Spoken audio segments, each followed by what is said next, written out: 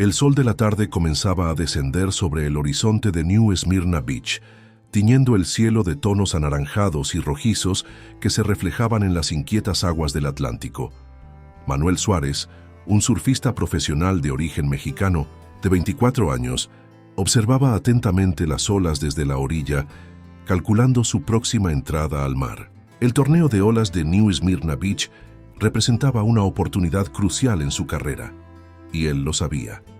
Después de años de esfuerzo y dedicación, finalmente había logrado clasificarse para este evento prestigioso que atraía a talentos de todo el mundo. La playa estaba menos concurrida de lo habitual para un evento de esta magnitud.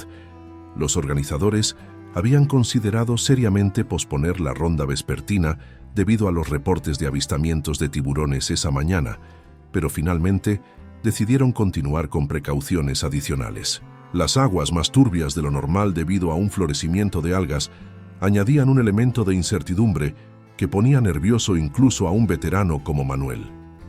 10 minutos, Suárez, le informó uno de los organizadores mientras pasaba junto a él, clipboard en mano.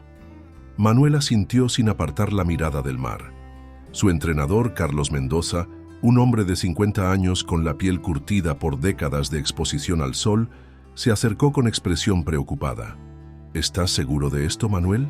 Las condiciones no son ideales, comentó Carlos cruzando los brazos sobre su pecho. He visto las banderas amarillas. Los salvavidas están nerviosos.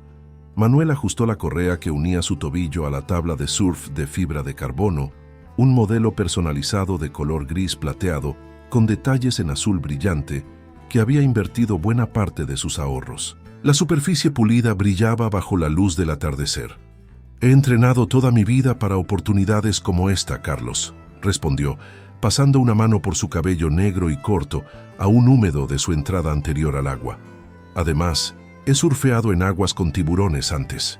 En Baja California nos encontrábamos con ellos regularmente. Son parte del océano. Carlos suspiró, reconociendo la determinación en los ojos de su pupilo. Había trabajado con Manuel durante 7 años, desde que era un adolescente prodigio, en las playas de Puerto Escondido, y conocía bien su obstinación. Solo mantente alerta. No te alejes demasiado y mantén los ojos abiertos, aconsejó, dándole una palmada en el hombro. Y recuerda lo que practicamos para las condiciones de baja visibilidad. Manuel asintió, apreciando la preocupación de su mentor.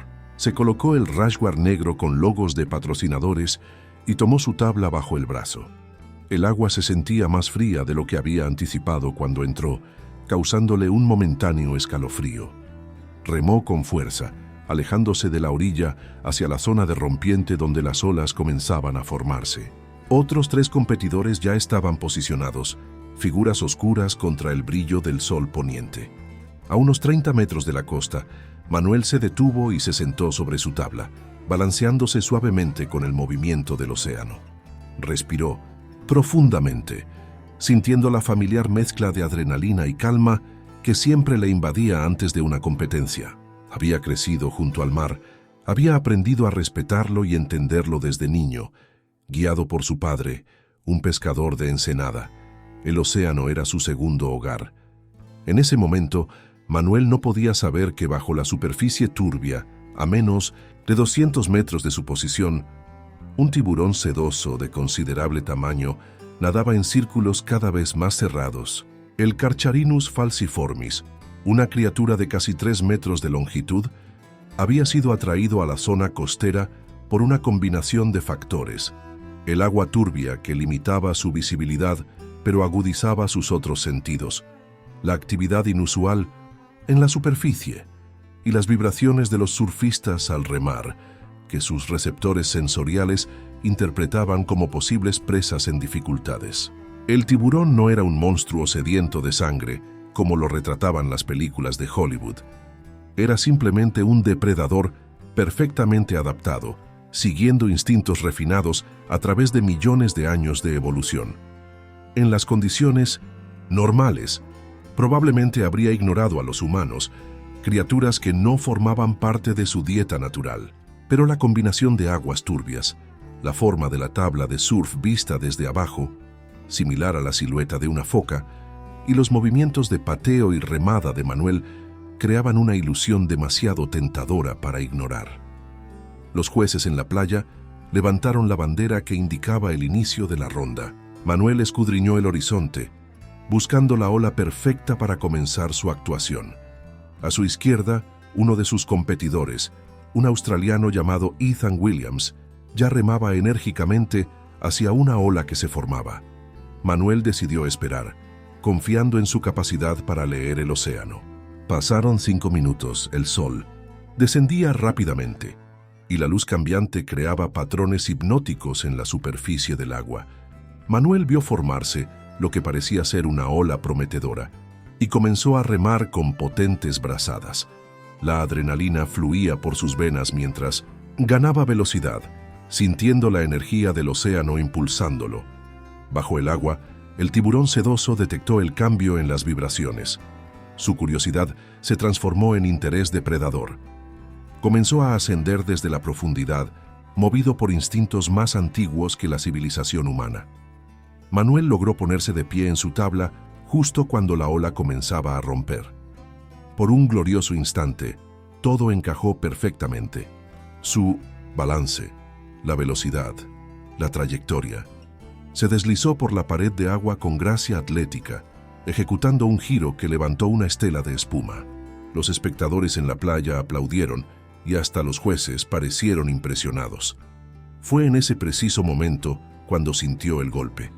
Al principio, pensó que había sido alcanzado por la tabla de otro competidor, o quizás por algún escombro flotante. El impacto vino desde abajo y por detrás, desestabilizándolo por completo. Cayó al agua de costado, confundido y desorientado.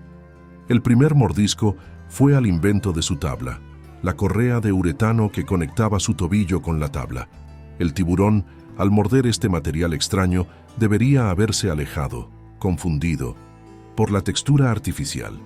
Pero algo en la situación, quizás la sangre de un pequeño corte que Manuel se había hecho contra el coral esa mañana, o simplemente la turbidez del agua que aumentaba su agresividad, hizo que el animal persistiera. Manuel apenas tuvo tiempo de registrar lo que estaba sucediendo cuando sintió el segundo impacto. Esta vez, los dientes del tiburón encontraron su pierna izquierda, justo por encima del tobillo. El dolor fue instantáneo e indescriptible, como 1000 cuchillos ardientes perforando su carne simultáneamente. Gritó, un sonido primario de terror y agonía que atravesó el aire de la tarde. En la playa, Carlos fue el primero en darse cuenta de que algo iba terriblemente mal.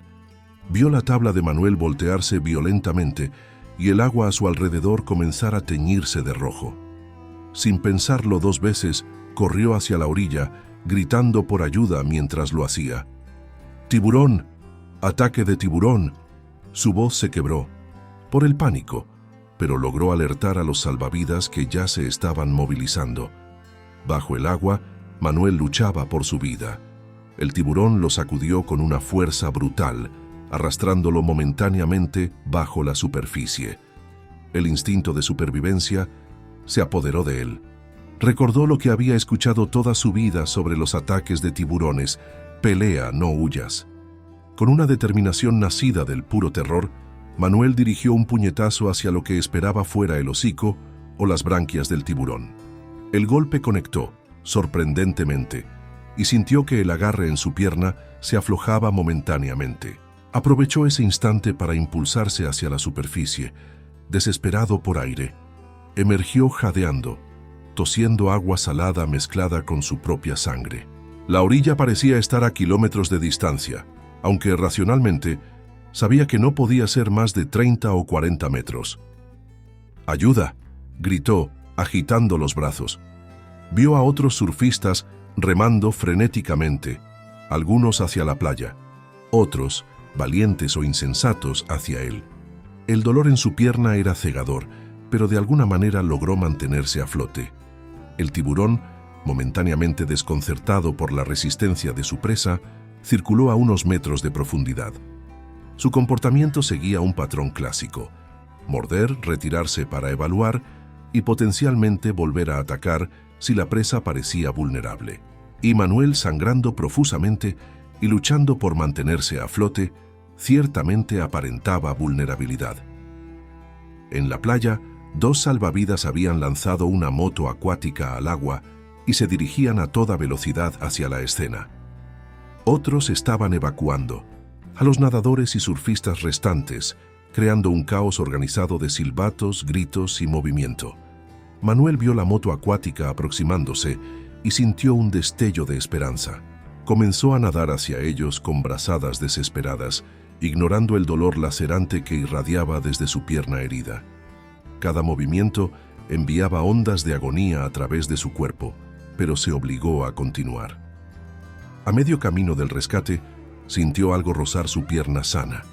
El pánico amenazó con paralizarlo, pero se obligó a seguir nadando. 3 brazadas más. 2. 1. Los salvavidas lo alcanzaron justo cuando el tiburón regresaba para un segundo ataque. Uno de ellos, un hombre llamado Derek Johnson, veterano con 15 años de experiencia en New Smyrna Beach, logró agarrar a Manuel por los brazos y subirlo parcialmente a la plataforma posterior de la moto acuática. Su compañero, Lisa Hernández, una mujer de origen puertorriqueño de 30 años, maniobró el vehículo mientras miraba con horror la enorme sombra que circundaba debajo de ellos. «¡Lo tengo, vámonos!», gritó Derek, sosteniendo a Manuel con todas sus fuerzas mientras el joven surfista gemía de dolor. Lisa aceleró la moto acuática a máxima potencia, cortando las olas en dirección a la orilla.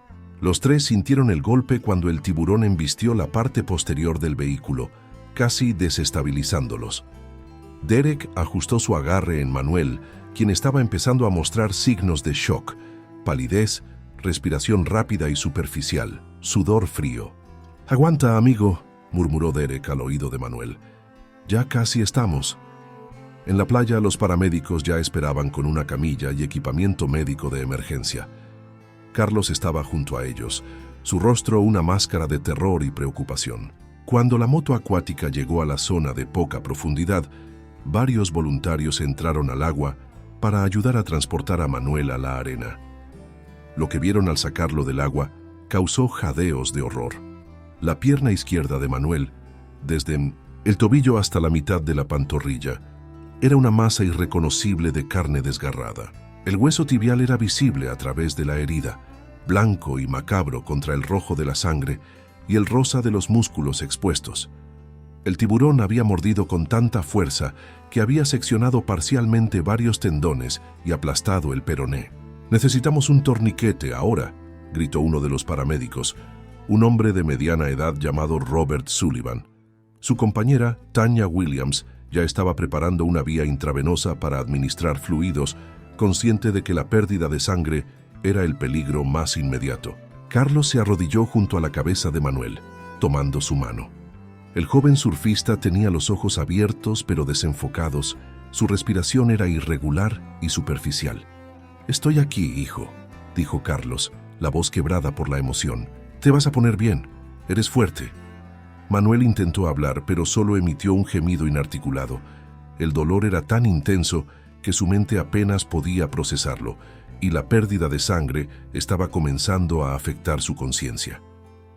Los paramédicos trabajaban con eficiencia practicada, estableciendo el torniquete, administrando morfina para el dolor y preparándolo para el transporte. En menos de 5 minutos habían estabilizado temporalmente la hemorragia y transferido a Manuel a la ambulancia. «Voy con él», declaró Carlos, no como una pregunta, sino como un hecho. Robert asintió brevemente, permitiéndole subir a la parte trasera del vehículo. Mientras cerraban las puertas, Carlos miró hacia el océano una última vez. La superficie parecía tranquila ahora, sin dar indicios de la violencia que acababa de presenciar. En algún lugar bajo esas aguas, el tiburón sedoso continuaba su patrulla interminable. Su breve encuentro con los humanos ya olvidado, mientras desaparecía en las profundidades, siguiendo la antigua llamada de su naturaleza. La ambulancia se alejó con sirenas aullantes, dirigiéndose al Halifax Health Medical Center en Daytona Beach, el centro de trauma más cercano equipado para manejar lesiones tan severas. En la playa, los organizadores del torneo anunciaron la cancelación definitiva del evento. mientras los equipos de rescate aseguraban el perímetro y las autoridades locales comenzaban a documentar el incidente. En el centro médico Halifax Health, el doctor Miguel Reyes, cirujano traumatólogo de origen colombiano, con más de 20 años de experiencia, examinaba los escáneres de la pierna de Manuel con expresión grave. Había tratado varias víctimas de ataques de tiburón a lo largo de su carrera, una consecuencia inevitable de trabajar en un hospital próximo a la que algunos llamaban la capital mundial de los ataques de tiburón. Pero los daños que veía en estas imágenes eran particularmente severos. La mordida ha causado daños extensivos, explicó a Carlos, quien esperaba en la sala de consultas, todavía vistiendo su ropa húmeda y manchada con la sangre de su protegido. Múltiples fracturas en el peroné, daño significativo en los tendones y pérdida considerable de tejido muscular y cutáneo. ¿Podrá volver a surfear?, preguntó Carlos, temiendo la respuesta, pero necesitando saberla. El doctor Reyes se quitó las gafas y frotó el puente de su nariz, un gesto que hablaba de la difícil respuesta que debía dar. Señor Mendoza, en este momento nuestro objetivo principal es salvar la pierna. La reconstrucción requerirá múltiples cirugías y un largo proceso de rehabilitación. En cuanto a volver a la competición profesional, dejó la frase inconclusa, pero su expresión lo decía todo. Carlos asintió lentamente, procesando la gravedad de la situación. ¿Puedo verlo? Está siendo preparado para cirugía. Puede verlo brevemente antes de que lo llevemos al quirófano. Siguió al médico a través de los pasillos esterilizados hasta llegar a una sala de preoperatorio. Manuel yacía en la camilla, conectado a múltiples monitores y con una vía intravenosa, administrando fluidos y analgésicos. Su piel, normalmente bronceada por incontables horas bajo el sol, tenía ahora un tono grisáceo. Sus ojos, cuando los abrió al sentir la presencia de Carlos, mostraban una mezcla de dolor, confusión y miedo. «Carlos», susurró su voz apenas audible. «Aquí estoy, campeón», respondió su entrenador, tomando suavemente su mano. «Te están cuidando los mejores médicos. Todo va a salir bien». Manuel intentó sonreír, pero el gesto se transformó en una mueca de dolor. «La tabla, mi tabla». «No te preocupes por eso ahora», dijo Carlos apretando su mano. «Solo concéntrate en recuperarte». Una enfermera se acercó, indicando que era hora de llevar a Manuel al quirófano. Carlos se inclinó y apoyó su frente contra la de su pupilo, un gesto íntimo que habían compartido antes de cada competencia importante. «Eres el surfista más valiente que conozco», murmuró. «Esta es solo otra ola que superar, ¿entendido?». Manuel asintió débilmente antes de ser llevado. Carlos se quedó inmóvil en el pasillo, observando cómo las puertas se cerraban tras la camilla. Solo entonces, cuando estuvo solo, permitió que las lágrimas fluyeran libremente. Mientras tanto, en New Smyrna Beach, las autoridades locales habían iniciado los protocolos estándar para incidentes con tiburones. El oficial Thomas Blackwell, de la Patrulla Marítima de Volusia County, coordinaba con biólogos marinos de la Universidad de Florida para intentar identificar y posiblemente rastrear al tiburón responsable del ataque.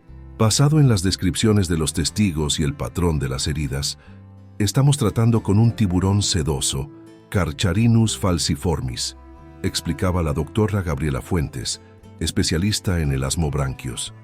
Es inusual verlos tan cerca de Mindorin, la costa en esta zona, pero las condiciones actuales, agua turbia, actividad inusual y posiblemente patrones de alimentación alterados por factores ambientales, pueden explicar su presencia. El oficial Blackwell tomaba notas mientras escuchaba. ¿Recomienda cerrar la playa? Definitivamente. Mínimo 24 horas, idealmente 48. Necesitamos monitorear la situación y determinar si este fue un incidente aislado o si hay factores que podrían provocar más encuentros. Mientras continuaban su discusión, varios periodistas locales ya estaban en la escena, captando imágenes de la playa ahora desierta y entrevistando a testigos conmocionados. Entre ellos estaba Lisa Hernández, la salvavidas que había participado en el rescate. «Nunca había visto algo así», declaró visiblemente afectada. «Llevo 5 años trabajando en estas playas y hemos tenido mordeduras menores, pero nada como esto. El tiburón era determinado, no quería soltar. A unos metros de distancia, un equipo de limpieza recogía la tabla de surf destrozada de Manuel. La fibra de carbono plateada estaba partida casi por la mitad, con marcas de dientes claramente visibles en los bordes. Un fotógrafo capturó la imagen, que aparecería en la portada del Daytona Beach News Journal a la mañana siguiente, junto al titular «Ataque brutal en New Esmirna.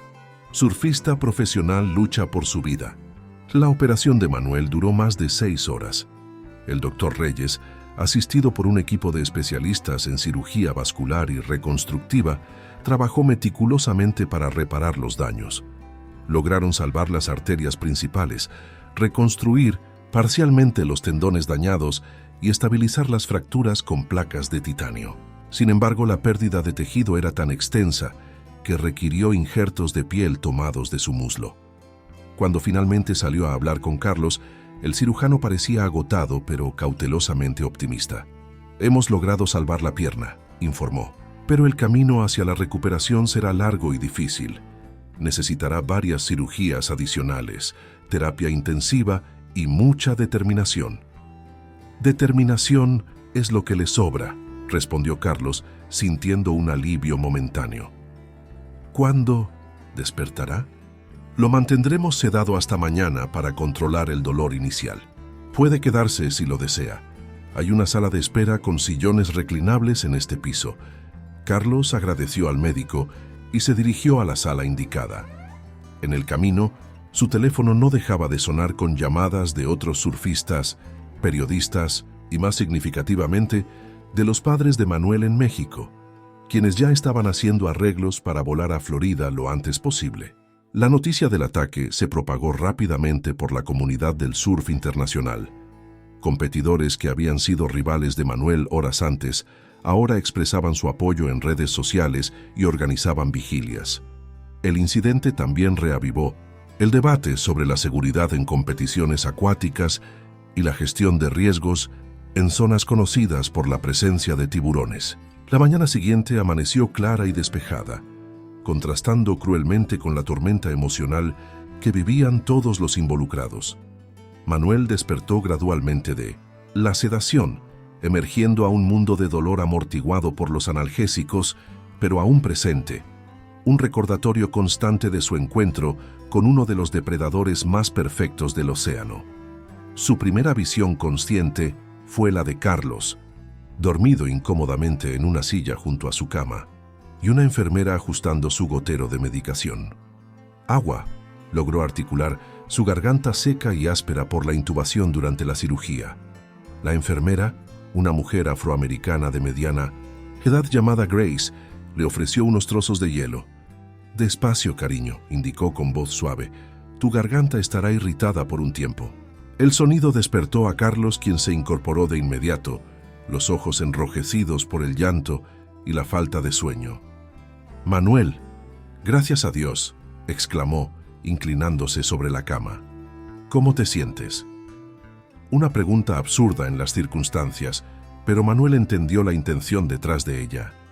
Intentó hablar nuevamente, logrando esta vez formar palabras más claras. «Como si hubiera perdido una pelea con una licuadora», respondió, intentando sonreír. «Mi pierna, ¿qué tan malo es?».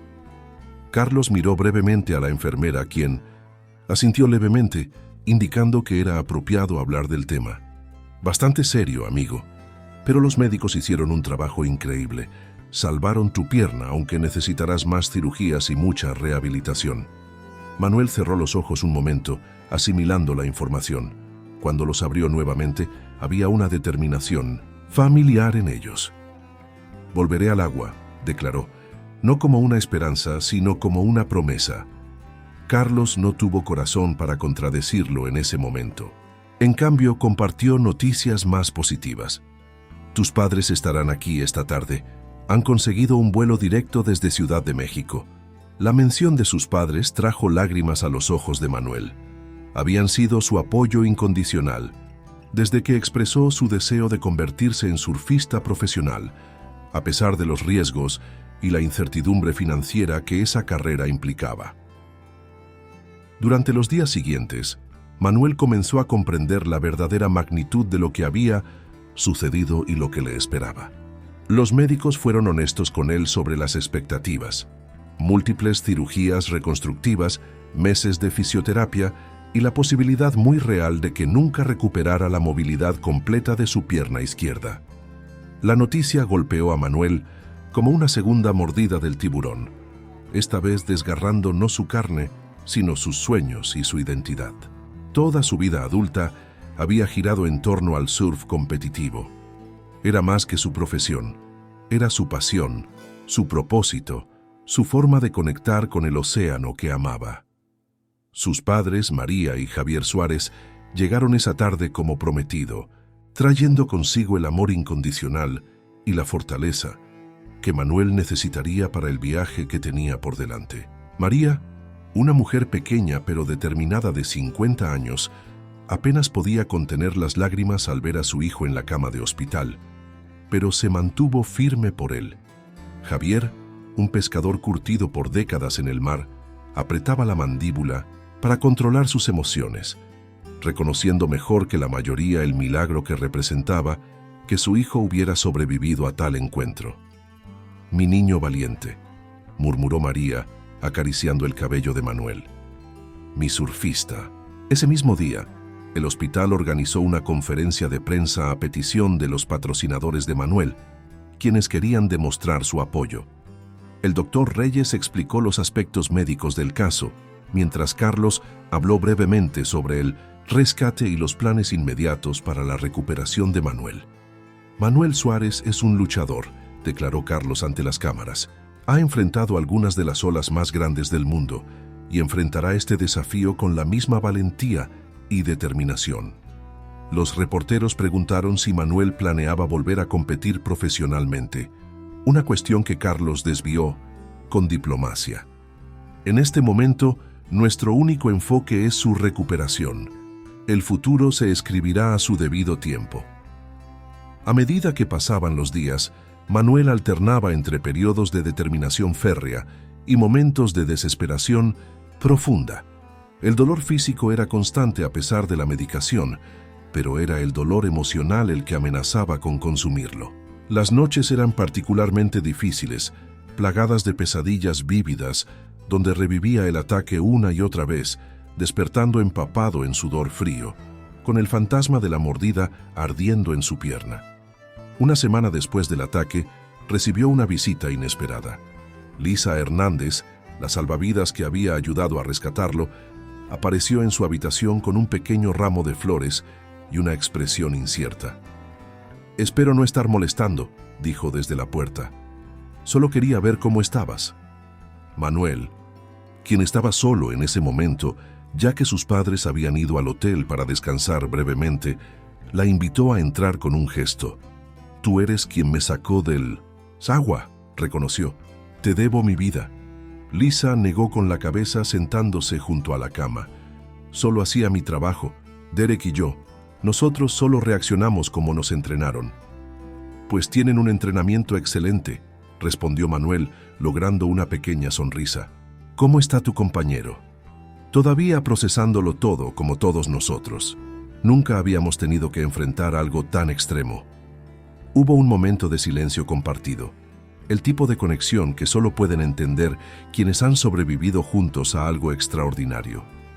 «¿Puedo preguntarte algo?», dijo finalmente Manuel. «¿Qué pasó con el tiburón? Después, quiero decir». Lisa pareció sorprendida por la pregunta. «Desapareció en el océano. Intentaron rastrearlo, pero sin éxito. Los tiburones sedosos son migratorios, así que probablemente ya está lejos de la costa». Manuel asintió lentamente. «Es extraño, pero no siento odio hacia él. Era solo un tiburón siendo tiburón». «Es una perspectiva admirable», respondió Lisa. «Muchos en tu lugar pedirían una cacería». «Mi padre es pescador», explicó Manuel. «Me enseñó desde niño que cuando entramos al océano, estamos entrando a su casa, no al revés. Los riesgos vienen con el territorio». La conversación con Lisa marcó un pequeño pero significativo punto de inflexión en la actitud de Manuel. Aunque la montaña rusa emocional continuaba, comenzó a encontrar momentos de aceptación entre la rabia y la desesperación. 2 semanas después del ataque, Manuel fue trasladado a un centro de rehabilitación especializado en Miami, más cerca de donde vivía cuando no estaba compitiendo o entrenando.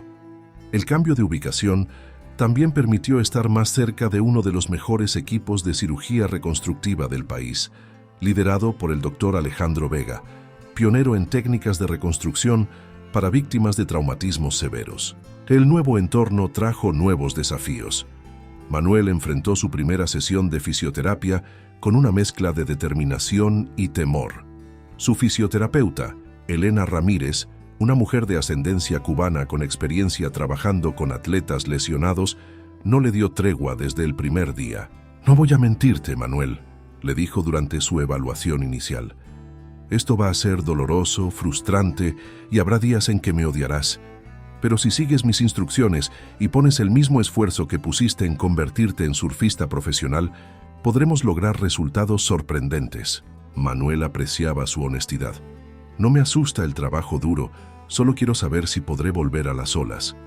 Elena lo miró directamente a los ojos. «No puedo prometerte que volverás a competir profesionalmente. Sería irresponsable hacerlo. Pero te prometo que haremos todo lo humanamente posible para que puedas volver al agua de alguna forma». Las sesiones eran brutales. Al principio, simplemente intentar mover los dedos del pie era una agonía que le hacía ver estrellas. Los ejercicios más básicos para preservar la masa muscular en el resto de su cuerpo, necesaria para cuando pudiera empezar a trabajar más intensamente en la pierna, lo dejaban exhausto y frustrado. Paralelamente a la terapia física, Manuel comenzó a trabajar con una psicóloga deportiva, la doctora Lucía Montero, para abordar el trauma psicológico del ataque. Las pesadillas continuaban, ahora acompañadas de ataques de pánico durante el día, especialmente cuando veía agua, incluso en contextos tan inocuos como una bañera. «Lo que estás experimentando es completamente normal», le aseguró la doctora Montero durante una de sus sesiones. «Has sufrido un evento traumático que amenazó tu vida. Tu cerebro está procesando esa experiencia y tratando de protegerte de futuros peligros. Pero es irracional», argumentó Manuel. «He pasado más de la mitad de mi vida en el agua. Nunca le tuve miedo al océano. El trauma no es racional, Manuel, y no se trata solo del miedo al océano o a los tiburones. Se trata del miedo a perder tu identidad, tu futuro como lo habías imaginado». Sus palabras golpearon a Manuel con una verdad que no había querido enfrentar. Su carrera como surfista profesional probablemente había terminado con esa mordida. Y sin el surf competitivo, ¿quién era él? ¿Qué le quedaba? La pregunta lo atormentaba durante las largas noches de insomnio, cuando el dolor se intensificaba y los analgésicos parecían perder su efecto. En esos momentos oscuros, recordaba las palabras que su padre solía decirle cuando era niño y tenía miedo de las olas más grandes. «El océano siempre está cambiando, hijo. Los surfistas que sobreviven son los que aprenden a cambiar con él». Un mes después del ataque, Manuel se sometió a su segunda cirugía reconstructiva. El doctor Vega utilizó técnicas innovadoras para mejorar la funcionalidad de los tendones dañados y realizar injertos adicionales. El procedimiento fue un éxito técnico, pero dejó a Manuel nuevamente confinado a la cama, reiniciando el doloroso proceso de recuperación. Durante este periodo, Carlos permaneció a su lado casi constantemente, dividiendo su tiempo entre el centro de rehabilitación y sus responsabilidades con otros surfistas. Su lealtad significaba más para Manuel de lo que podía expresar con palabras. Sus padres también se quedaron en Miami, alquilando un pequeño apartamento cerca del centro médico, determinados a acompañar a su hijo en cada paso del camino. La comunidad del surf también mostró un apoyo abrumador. Donaciones, mensajes de aliento y visitas de leyendas del deporte ayudaron a mantener el espíritu de Manuel. Particularmente significativa fue la visita de Bethany Hamilton, la surfista hawaiana que había perdido un brazo en un ataque de tiburón a los 13 años y había regresado a competir profesionalmente. No voy a decirte que será fácil, le dijo durante su breve pero impactante encuentro, pero te diré que es posible encontrar un nuevo camino, uno que quizás ni siquiera puedes imaginar ahora. Sus palabras sembraron una semilla de esperanza en Manuel, una posibilidad que comenzó a explorar en sus sesiones con la doctora Montero. Si no podía volver a la competición al más alto nivel, ¿qué otras formas había de mantener su conexión con el surf y el océano? A medida que las semanas se convertían en meses, Manuel progresaba lentamente. Cada pequeño logro, soportar peso en la pierna por primera vez, dar pasos con andador, luego con muletas, era celebrado como una victoria. El dolor continuaba, así como las cicatrices físicas y emocionales, pero junto a ellos crecía una nueva resiliencia. 6 meses después del ataque, Manuel logró un hito significativo. Entró al agua nuevamente. No en el océano aún.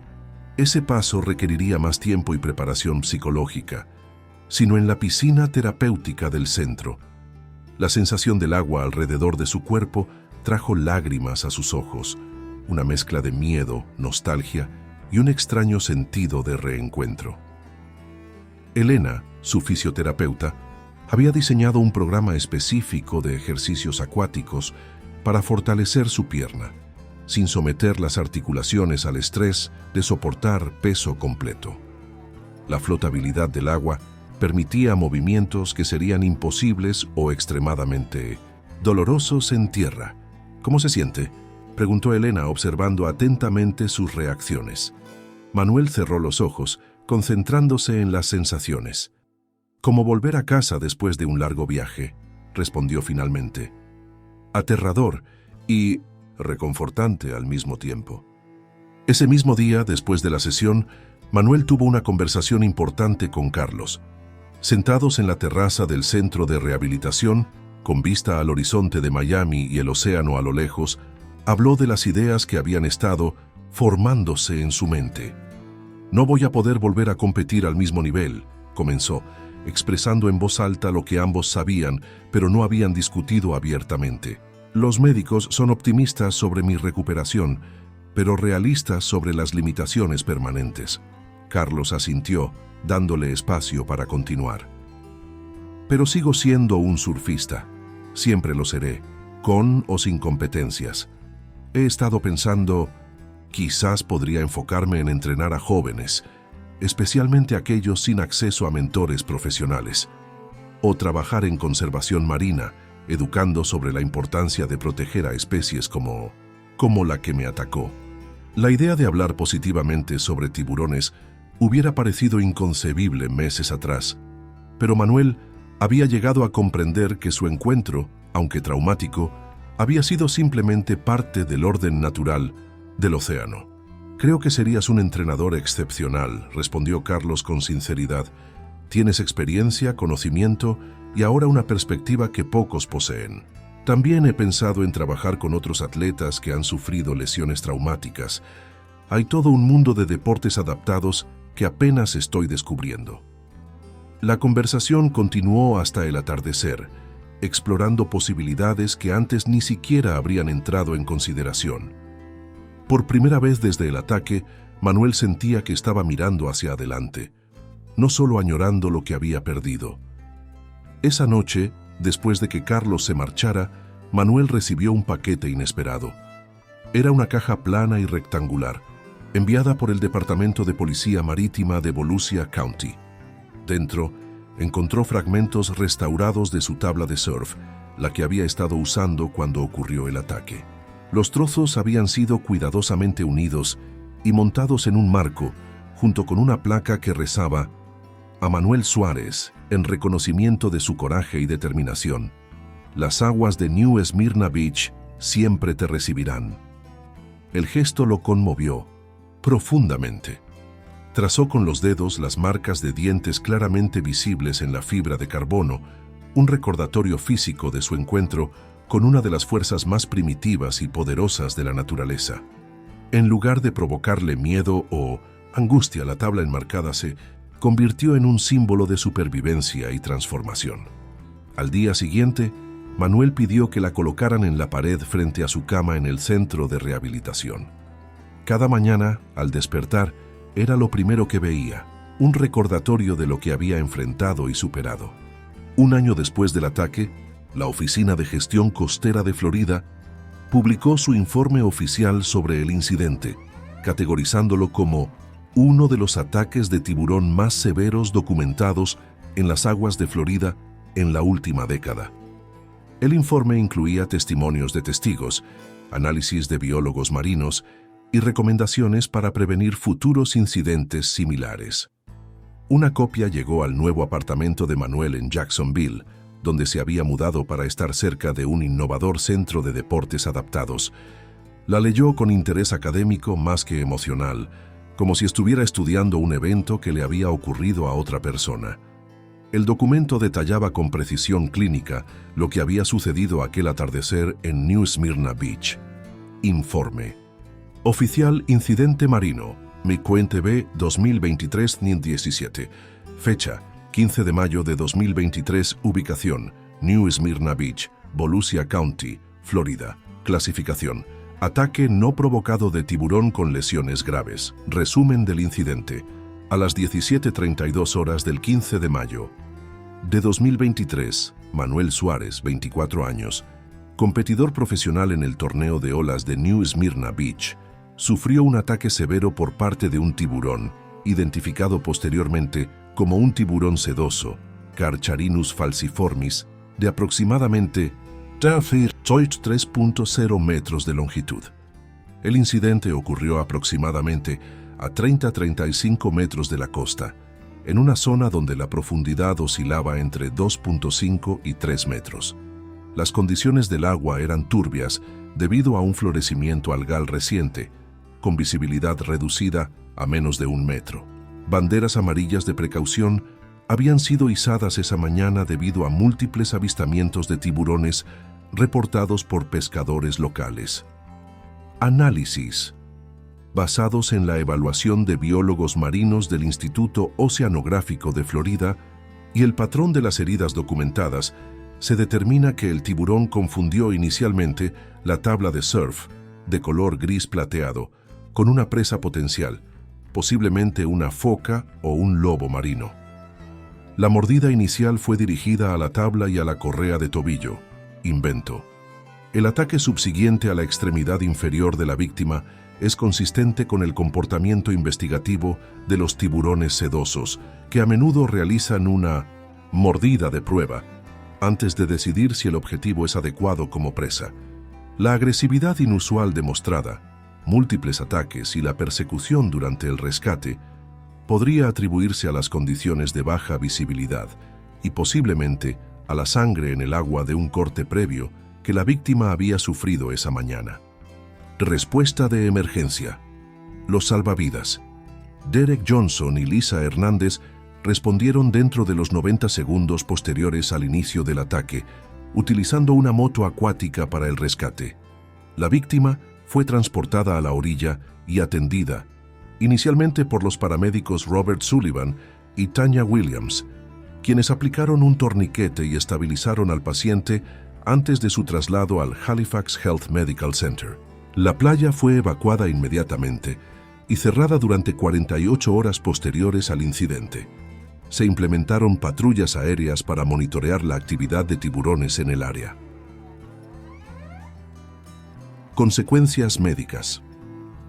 La víctima sufrió lesiones severas en la extremidad inferior izquierda, incluyendo laceraciones profundas desde el tobillo hasta la mitad de la pantorrilla, fractura compuesta del peroné, daño extensivo a tendones y tejido muscular, pérdida significativa de sangre, estimada en 5,2 litros.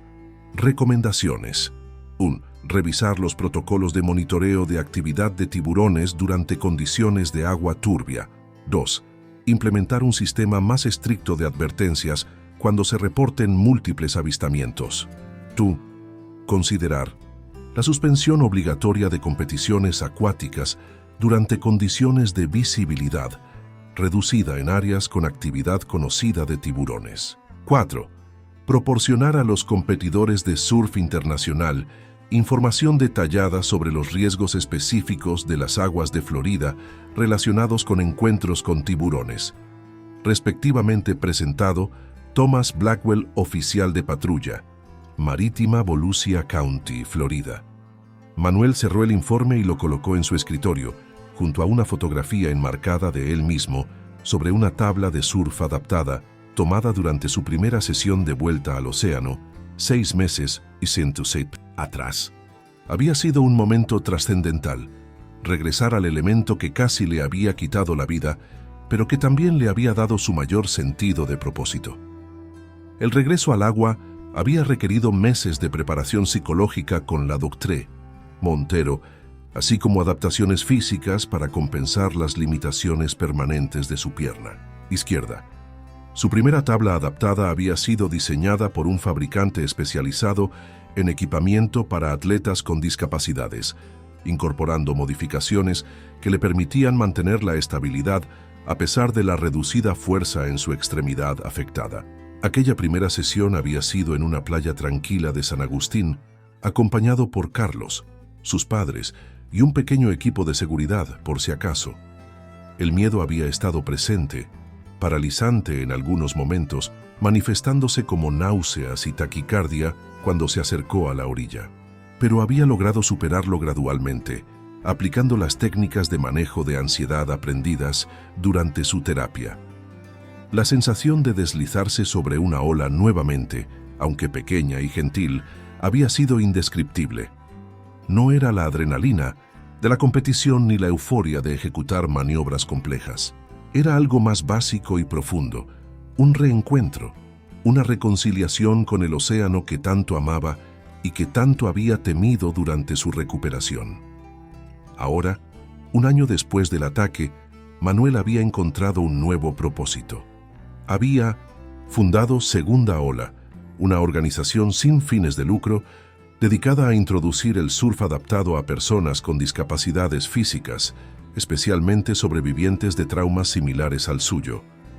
También colaboraba regularmente con organizaciones de conservación marina, incluyendo proyectos de protección de tiburones, utilizando su experiencia personal para educar sobre la importancia de estos depredadores en el ecosistema oceánico y desmitificar la imagen monstruosa que a menudo se les atribuía. Su historia había inspirado a muchos, convirtiéndose en un símbolo de resiliencia dentro y fuera de la comunidad del surf. Había sido invitado a dar charlas motivacionales en hospitales, escuelas y eventos deportivos, compartiendo las lecciones que había aprendido durante su camino de recuperación. Sin embargo, la vida de Manuel estaba lejos de ser perfecta. El dolor crónico era un compañero constante, algunas mañanas tan intenso que apenas podía levantarse de la cama. Las pesadillas, aunque menos frecuentes, aún aparecían ocasionalmente, despertándolo empapado en sudor frío. Y había días, especialmente durante el mal tiempo o cuando el estrés se acumulaba, en que la depresión lo envolvía como una niebla espesa, haciéndole cuestionar todo lo que había logrado y todo lo que había perdido. En esos momentos difíciles, Manuel había aprendido a apoyarse en su red de soporte, su familia, Carlos, los amigos que había hecho durante su recuperación y los nuevos que había encontrado en el mundo del deporte adaptado.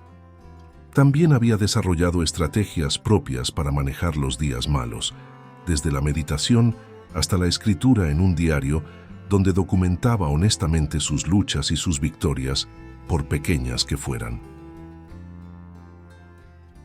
Esa tarde, mientras miraba por la ventana de su apartamento hacia el océano distante, Manuel reflexionaba sobre cómo un momento de violencia extrema, un encuentro aleatorio con una fuerza de la naturaleza, había alterado completamente el curso de su vida. No podía decir que estaba agradecido por el ataque. El costo había sido demasiado alto, pero reconocía que la persona en la que se había convertido, la vida que estaba construyendo ahora, tenía un tipo de profundidad y propósito que quizás no hubiera encontrado de otra manera. Su teléfono vibró con un mensaje de texto. Era de Elena, quien ahora no solo era su fisioterapeuta, sino también una amiga cercana. «Listo para mañana. Los chicos están emocionados por conocerte». Manuel sonrió.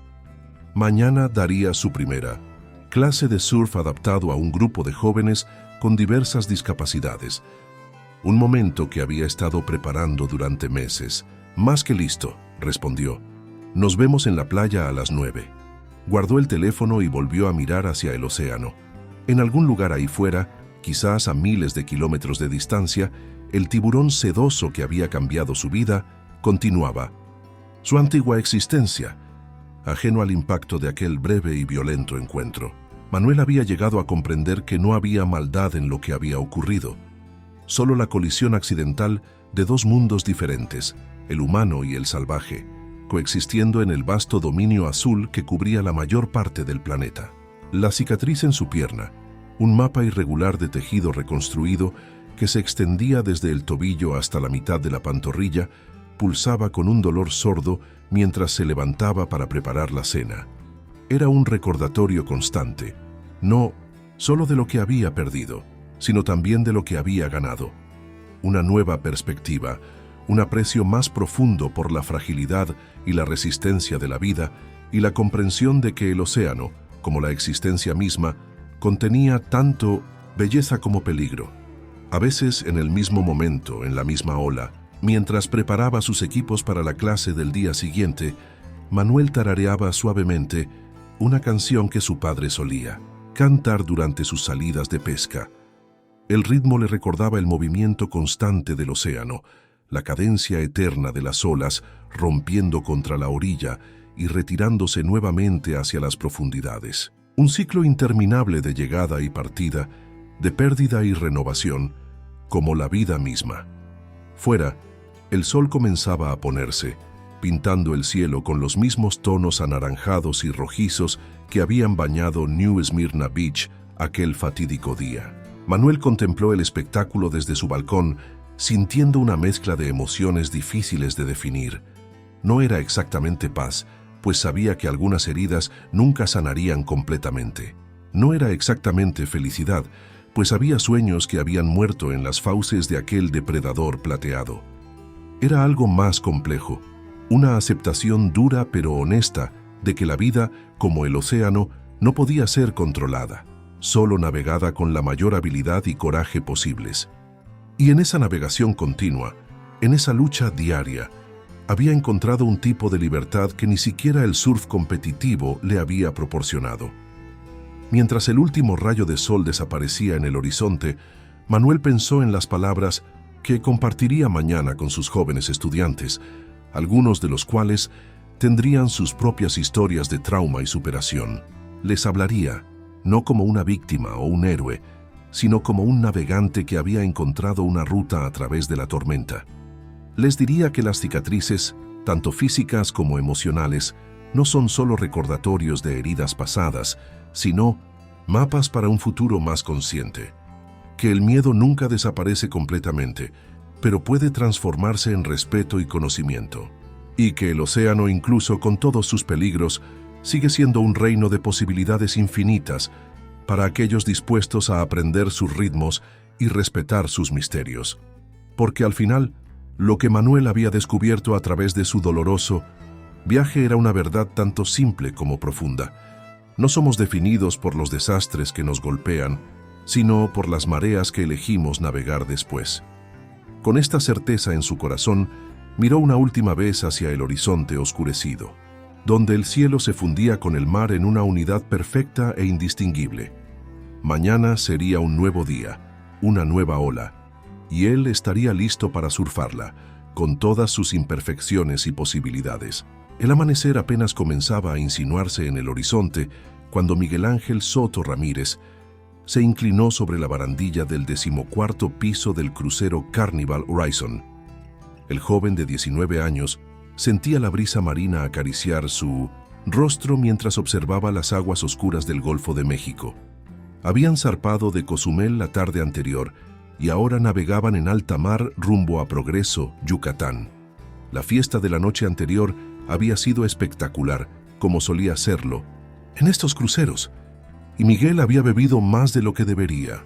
Aún sentía los efectos del alcohol en su sistema cuando decidió salir a tomar aire fresco en la madrugada. El Carnival Horizon, Un gigante de 133.500 toneladas con capacidad para casi 4.000 pasajeros avanzaba a una velocidad constante de 22 nudos. Miguel se había escabullido de la cabina que compartía con sus padres y su hermana menor, Lucía, de 17 años. Era un viaje familiar para celebrar su graduación de preparatoria y su próxima entrada a la universidad, donde estudiaría ingeniería marina. La ironía no se perdería más tarde.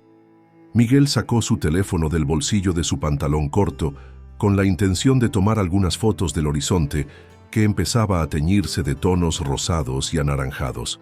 Se inclinó un poco más sobre la barandilla, buscando el ángulo perfecto. En ese momento, un ligero mareo lo invadió. Intentó sujetarse con más fuerza, pero sus reflejos, entorpecidos por el alcohol y el cansancio, no respondieron con la rapidez necesaria. Su pie resbaló en el suelo húmedo por el rocío marino. Todo ocurrió en cuestión de segundos. Miguel perdió el equilibrio. Su cuerpo se inclinó peligrosamente sobre la barandilla. Intentó recuperar la estabilidad, pero fue en vano. La gravedad hizo su trabajo y su cuerpo cayó al vacío. Un grito ahogado escapó de su garganta mientras sentía cómo su estómago se encogía durante la caída. 14 pisos, aproximadamente 45 metros de altura. El impacto contra el agua fue brutal. A esa velocidad, la superficie del mar se comportó casi como concreto. Miguel sintió como si 1000 agujas se clavaran en su cuerpo simultáneamente. El golpe le sacó todo el aire de los pulmones y por un momento perdió el conocimiento. Cuando volvió en sí, se encontraba varios metros bajo la superficie, descendiendo hacia la oscuridad abismal del Golfo de México. El instinto de supervivencia se activó inmediatamente. A pesar del dolor que sentía en todo el cuerpo, comenzó a patalear desesperadamente hacia la superficie. Sus pulmones ardían por la falta de oxígeno. Después de lo que pareció una eternidad, su cabeza emergió del agua. Tomó una bocanada de aire tan profunda que sintió como si sus pulmones fueran a estallar. Tosió violentamente, expulsando el agua salada que había tragado durante su descenso involuntario. Una vez que pudo regularizar su respiración, Miguel miró a su alrededor. El pánico comenzó a apoderarse de él cuando vio las luces del Carnival, Horizon alejándose en la distancia. Gritó con todas sus fuerzas agitando los brazos, pero fue inútil. El ruido de los motores del crucero y la distancia hacían imposible que alguien escuchara sus gritos desesperados. «¡Ayuda! ¡Por favor! ¡Ayuda!», continuó gritando hasta que su voz se quebró. Las lágrimas se mezclaban con el agua salada en su rostro mientras veía cómo su única esperanza se alejaba cada vez más, hasta convertirse en apenas un punto luminoso en la oscuridad. Miguel intentó mantener la calma. Recordó las lecciones básicas de supervivencia acuática que había aprendido durante un curso de verano en Acapulco. Lo primero era conservar energía. Se colocó en posición horizontal, moviendo suavemente sus extremidades para mantenerse a flote. Necesitaba pensar con claridad. «Me van a encontrar», se dijo a sí mismo. «Cuando mis padres despierten y vean que no estoy, darán la alarma. El barco regresará a buscarme». Pero en el fondo sabía que no sería tan sencillo. El océano era inmenso y él apenas un pequeño punto en su vastedad. Si el crucero no notaba su ausencia de inmediato o si calculaban mal su posición de caída, las posibilidades de que lo encontraran disminuían drásticamente. A medida que la luz del amanecer iluminaba el horizonte, Miguel pudo apreciar mejor su situación. No había tierra a la vista, solo agua, en todas direcciones hasta donde alcanzaba la mirada. El miedo comenzó a transformarse en terror. Estaba solo, en medio del Golfo de México, sin equipo de supervivencia, sin agua potable, sin comida y lo peor de todo, sin saber si alguien había notado su ausencia. Las horas comenzaron a pasar lentamente. El sol ascendió en el cielo, castigando su piel sin piedad. Miguel alternaba entre flotar boca arriba para descansar y nadar un poco para mantenerse caliente y activo. Su ropa, un pantalón corto y una camiseta ligera, se sentía pesada cuando estaba empapada, pero sabía que era Mejor mantenerla puesta para protegerse del sol y posibles rozaduras con la sal. En la distancia, vio pasar algunas embarcaciones pequeñas, probablemente pescadores locales. Gritó y agitó los brazos, pero estaban demasiado lejos para notarlo. La desesperación amenazaba con apoderarse de él, pero Miguel se obligó a mantener la calma. Perder la cabeza no lo ayudaría a sobrevivir. Las aguas del Golfo de México eran relativamente cálidas en esa época del año, lo cual era una ventaja, ya que reducía el riesgo de hipotermia. Sin embargo, también significaba que la actividad biológica era mayor, y con ello, la presencia de depredadores. Miguel lo sabía. Durante su curso de preparación para la carrera de ingeniería marina, había estudiado sobre la fauna del Golfo: tiburones, barracudas, medusas venenosas. El pensamiento le provocó un escalofrío que recorrió su espina dorsal. Intentó convencerse de que las probabilidades de un encuentro hostil eran bajas. Los tiburones no solían atacar a los humanos, se repetía constantemente. Los ataques eran raros, casos excepcionales, casi siempre resultado de confundir a un humano con una presa natural. Pero en el fondo, sabía que su situación era diferente. Estaba herido. El impacto contra el agua le había causado contusiones y posiblemente alguna fractura menor. Había sangre, no mucha, pero suficiente para ser detectada por los sentidos agudizados de un depredador marino experimentado. Mientras tanto, en el Carnival Horizon, la familia de Miguel comenzaba a notar su ausencia. Carmen Ramírez, su madre, fue la primera en despertar alrededor de las 8 de la mañana. Al no ver a su hijo en la litera superior que le correspondía, asumió que habría salido temprano a desayunar o a explorar el barco. Miguel siempre había sido madrugador, incluso después de fiestas, una cualidad que ella apreciaba. Sin embargo, cuando pasaron las 9 y luego las 10 de la mañana sin señales de su hijo, Carmen comenzó a preocuparse. Gabriel Soto, el lindo padre de Miguel, intentó tranquilizarla. Probablemente esté en el gimnasio o en la piscina, Carmen. Ya sabes cómo es, siempre activo. Pero cuando llegó el mediodía y Miguel seguía sin aparecer, la preocupación se transformó en alarma. No respondía a las llamadas a su celular, ni a los mensajes. Ninguno de los amigos que había hecho a bordo lo había visto esa mañana. Carmen y Gabriel, acompañados por Lucía, acudieron al personal de seguridad del crucero. Inicialmente, los oficiales no parecieron demasiado preocupados. No era inusual de que los pasajeros, especialmente los jóvenes, perdieran la noción del tiempo explorando las múltiples atracciones del barco. Señora, su hijo probablemente esté en alguna de las actividades programadas. Tenemos más de 20 eventos simultáneos en este momento, explicó con tono condescendiente uno de los oficiales. Sin embargo, cuando Carmen insistió en que habían buscado en todos los lugares obvios y que era completamente inusual que Miguel no respondiera a sus mensajes, el oficial finalmente accedió a revisar las cámaras de seguridad. Lo que vieron los dejó helados. A las 5:23 de la madrugada, las cámaras habían captado a Miguel saliendo a la cubierta 14, tambaleándose ligeramente. Se acercó a la barandilla, sacó su teléfono y en un momento horrible que quedó grabado en la memoria de sus padres para siempre, perdió el equilibrio y cayó al vacío. Gabriel Soto se desplomó en una silla, mientras Carmen dejaba escapar un grito desgarrador que resonó por toda la oficina de seguridad. Lucía, en shock, se quedó paralizada con la mirada fija en la pantalla que había mostrado el último momento de su hermano a bordo. El capitán del Carnival Horizon, Mateo Velázquez, fue informado inmediatamente. Con más de 25 años de experiencia en la marina mercante, Velázquez sabía que cada minuto era crucial en una situación de hombre al agua. Ordenó un cambio inmediato en el rumbo del crucero, volviendo sobre su trayectoria para buscar en la zona aproximada donde Miguel habría caído. Simultáneamente, se emitió una alerta a todas las embarcaciones en la zona y a la Guardia Costera Mexicana. Los detalles fueron claros. Pasajero masculino, 19 años, caído por la borda a las 5:23 am.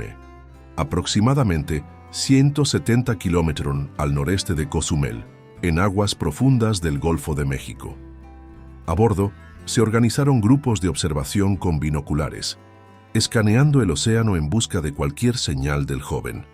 Los pasajeros fueron informados de la situación y muchos se ofrecieron voluntarios para ayudar en la búsqueda visual.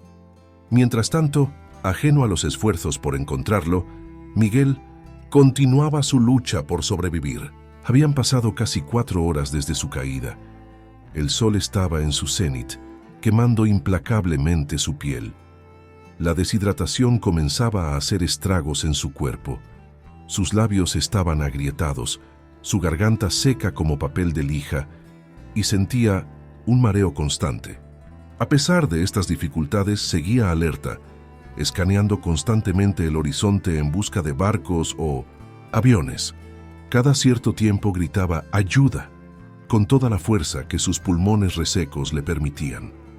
Fue durante una de estas pausas para recuperar el aliento cuando lo sintió por primera vez. Un cambio sutil en la presión del agua alrededor de sus piernas.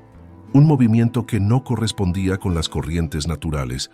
Miguel se tensó instantáneamente. Su corazón comenzó a latir con fuerza, bombeando adrenalina a cada rincón de su cuerpo. Lentamente, giró su cuerpo en el agua, intentando mantener la calma mientras escudriñaba la superficie a su alrededor. No vio nada al principio, pero luego, a unos 15 metros de distancia, lo divisó. Un triángulo oscuro cortando el agua como un cuchillo. Una aleta dorsal. El terror paralizó a Miguel por un instante. Sabía exactamente lo que era. Un tiburón. Y no cualquier tiburón. Por la forma y tamaño de la aleta, y considerando las aguas donde se encontraba, solo podía ser una cosa: un tiburón oceánico de puntas plateadas, uno de los depredadores más agresivos y peligrosos del Golfo de México.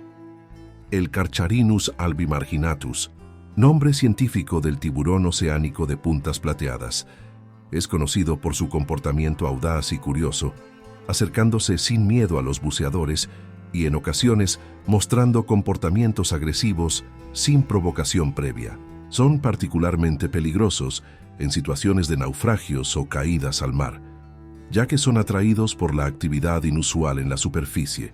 Miguel recordaba perfectamente las lecciones sobre este depredador. Podían alcanzar hasta 3 metros de longitud y pesar más de 150 kilogramos. Lo que los hacía especialmente peligrosos no era solo su tamaño, sino su terquedad. Una vez que consideraban algo como presa potencial, rara vez desistían. La aleta se sumergió brevemente para reaparecer unos metros más cerca. El tiburón estaba circulando, estudiando a Miguel, evaluándolo como posible presa. El joven sabía que no tenía muchas opciones. Nadar rápidamente estaba descartado. Solo alertaría más al depredador y gastaría sus ya escasas energías. Recordó otro consejo de sus clases: mantener la calma y aparentar ser un depredador, no una presa. Con movimientos lentos pero firmes, Miguel se irguió en el agua, tratando de parecer más grande. Mantuvo sus brazos y piernas cerca del cuerpo, reduciendo su perfil bajo el agua. Intentó mantener contacto visual con la aleta, siguiendo su movimiento. El tiburón continuó su patrón circular, cada vez más cerca. Miguel podía ver ahora su silueta completa bajo el agua. Era enorme, probablemente cerca de los 2.5 metros de longitud. Su piel era de un gris azulado oscuro, con las características puntas plateadas en sus aletas que le daban su nombre. En un movimiento repentino, el tiburón cambió de dirección y se acercó directamente a Miguel. El joven, con el corazón a punto de estallar en su pecho, hizo lo único que se le ocurrió. Golpeó con fuerza el agua, creando una explosión de burbujas y sonido. Era un intento desesperado de confundir al depredador, de hacerle creer que se enfrentaba a algo peligroso o desagradable. Sorprendentemente, funcionó. El tiburón se desvió en el último momento, pasando a menos de 1 metro de distancia.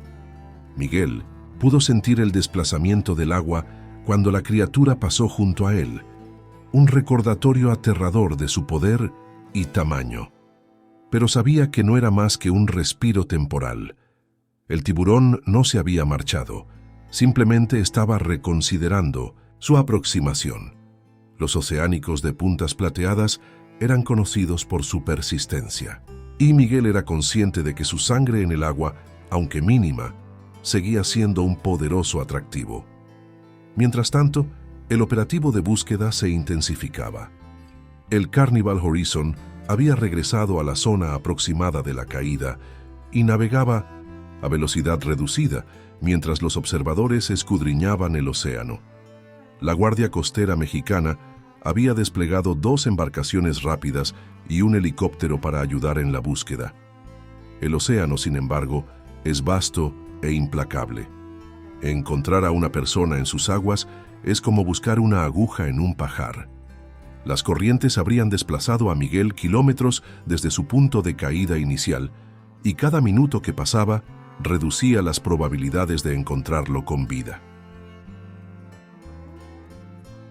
La sala de mandos del crucero, el capitán Velázquez consultaba con su equipo y con los expertos de la Guardia Costera sobre las estrategias de búsqueda. Usaban modelos informáticos que, basados en las corrientes marinas y los vientos, calculaban la posible deriva de un cuerpo en el agua. Según nuestros cálculos, debería estar en este cuadrante, explicaba un oficial de la Guardia Costera, señalando un área en el mapa digital.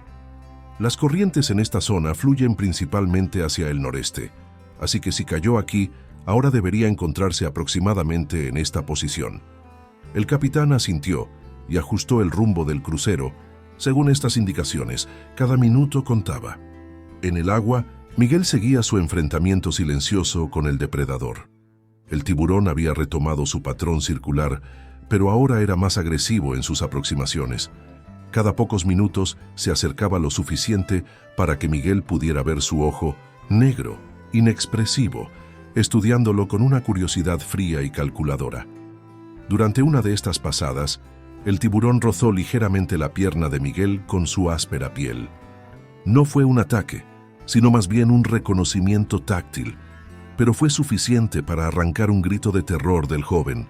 La piel de lija del tiburón había dejado una abrasión dolorosa en su pantorrilla que ahora sangraba ligeramente. Miguel sabía que esto solo empeoraría las cosas. Más sangre en el agua significaba mayor excitación para el depredador. Y efectivamente, el comportamiento del tiburón cambió inmediatamente. Sus círculos se volvieron más estrechos y rápidos, su cuerpo arqueándose ocasionalmente, en una postura que Miguel reconoció con horror. Era la postura previa a un ataque. Desesperado, Miguel buscó algo, cualquier cosa que pudiera usar como arma improvisada. Nada, solo agua a su alrededor. Recordó otro consejo de supervivencia. En caso de ataque, apuntar a los ojos o las branquias, los puntos más sensibles del tiburón. No tuvo que esperar mucho para poner en práctica este conocimiento. Con una explosión de velocidad que dejó a Miguel sin tiempo para reaccionar, el tiburón cargó directamente hacia él. En el último segundo, el joven pudo sumergirse parcialmente, evitando el impacto frontal, pero sintió un dolor agudo y ardiente en su costado izquierdo. El tiburón había pasado rozándolo, y sus dientes como cuchillas habían abierto un corte en su torso. No era profundo, pero sangraba profusamente. Miguel ahogó un grito, sabiendo que el verdadero ataque apenas comenzaba. Efectivamente, el tiburón se alejó solo para dar la vuelta y preparar otro pase. Esta vez, Miguel estaba listo. Cuando el depredador se acercó, reunió todas sus fuerzas y lanzó un puñetazo directo a su hocico. El golpe conectó, pero fue como golpear una pared de concreto. Miguel sintió que los huesos de su mano crujían por el impacto. Sin embargo, el golpe pareció confundir momentáneamente al tiburón, que se desvió ligeramente de su trayectoria. Aprovechando este breve respiro, Miguel intentó nadar en dirección opuesta, pero sabía que era inútil. El tiburón era infinitamente más rápido y estaría sobre él en segundos. Mientras tanto, a pocos kilómetros de distancia, el helicóptero de la Guardia Costera barría metódicamente la zona de búsqueda. A bordo, El teniente Carlos Mendoza y su copiloto, el subteniente Rafael Lima, escudriñaban el océano con binoculares de alta potencia. «Ahí, creo que vi algo», exclamó de repente Lima, señalando un punto en el agua. Mendoza dirigió el helicóptero hacia la posición indicada, descendiendo para obtener una mejor visión. Y entonces lo vieron. Un joven en el agua y no muy lejos de él, la inconfundible silueta de un tiburón. «Confirmado. Tenemos un avistamiento. Hombre en el agua con presencia de tiburón. Solicitamos asistencia inmediata», transmitió Mendoza por radio. Inmediatamente las embarcaciones de rescate cambiaron de rumbo hacia la posición indicada. El helicóptero descendió aún más, lo suficiente para que Miguel pudiera verlo, pero no tanto como para perder maniobrabilidad. Miguel vio el helicóptero y un rayo de esperanza iluminó su rostro exhausto. Agitó los brazos frenéticamente, gritando aunque sabía que era inútil que lo escucharan desde esa altura. Pero el tiburón también notó la conmoción, y como si supiera que su tiempo con su presa se agotaba, decidió hacer un movimiento definitivo. Con una potencia aterradora, cargó directamente contra Miguel. Esta vez, no hubo manera de evitarlo. El tiburón embistió directamente en la pierna derecha de Miguel, sus poderosas mandíbulas cerrándose como una trampa de acero. El dolor fue instantáneo y abrumador. Miguel sintió cómo los dientes del depredador perforaban músculo y hueso, desgarrando tejidos con una facilidad terrorífica. Un grito desgarrador escapó de su garganta mientras el agua a su alrededor se teñía de rojo. El tiburón sacudió violentamente su cabeza, un comportamiento instintivo diseñado para arrancar trozos de carne de las presas. Miguel sintió que perdía la conciencia por el dolor y la pérdida de sangre. En el helicóptero, los oficiales observaban horrorizados la escena. «Está siendo atacado. Repito, el sujeto está siendo atacado por el tiburón», gritó Mendoza por la radio. «Necesitamos asistencia médica urgente». Lima, actuando rápidamente, tomó una bengala de emergencia y tras recibir la aprobación de Mendoza, la disparó hacia el agua, a pocos metros de donde se desarrollaba el ataque. La bengala impactó con un estallido de luz y sonido que, esperaban, pudiera distraer al tiburón lo suficiente para darle a Miguel una oportunidad. Funcionó. El tiburón, sorprendido por la repentina explosión y el destello de luz, soltó la pierna de Miguel y se alejó rápidamente. Pero el daño ya estaba hecho. La pierna del joven estaba gravemente herida, con tejido muscular expuesto y sangrando profusamente. Miguel, apenas consciente, luchaba por mantenerse a flote. El helicóptero ahora estaba tan cerca que podía sentir el viento de sus aspas agitando el agua.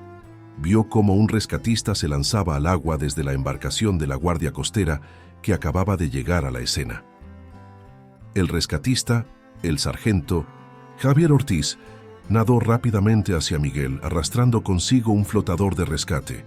Al llegar junto al joven, pudo ver la gravedad de sus heridas. «Te tengo, chico, te tengo», le aseguró, asegurando el flotador alrededor de su torso. «Todo va a estar bien ahora». Pero ambos sabían que no era cierto. La pierna de Miguel estaba destrozada y había perdido mucha sangre. Necesitaba atención médica urgente. Con un esfuerzo coordinado, Ortiz y otro rescatista que acababa de unirse a él lograron subir a Miguel a la embarcación.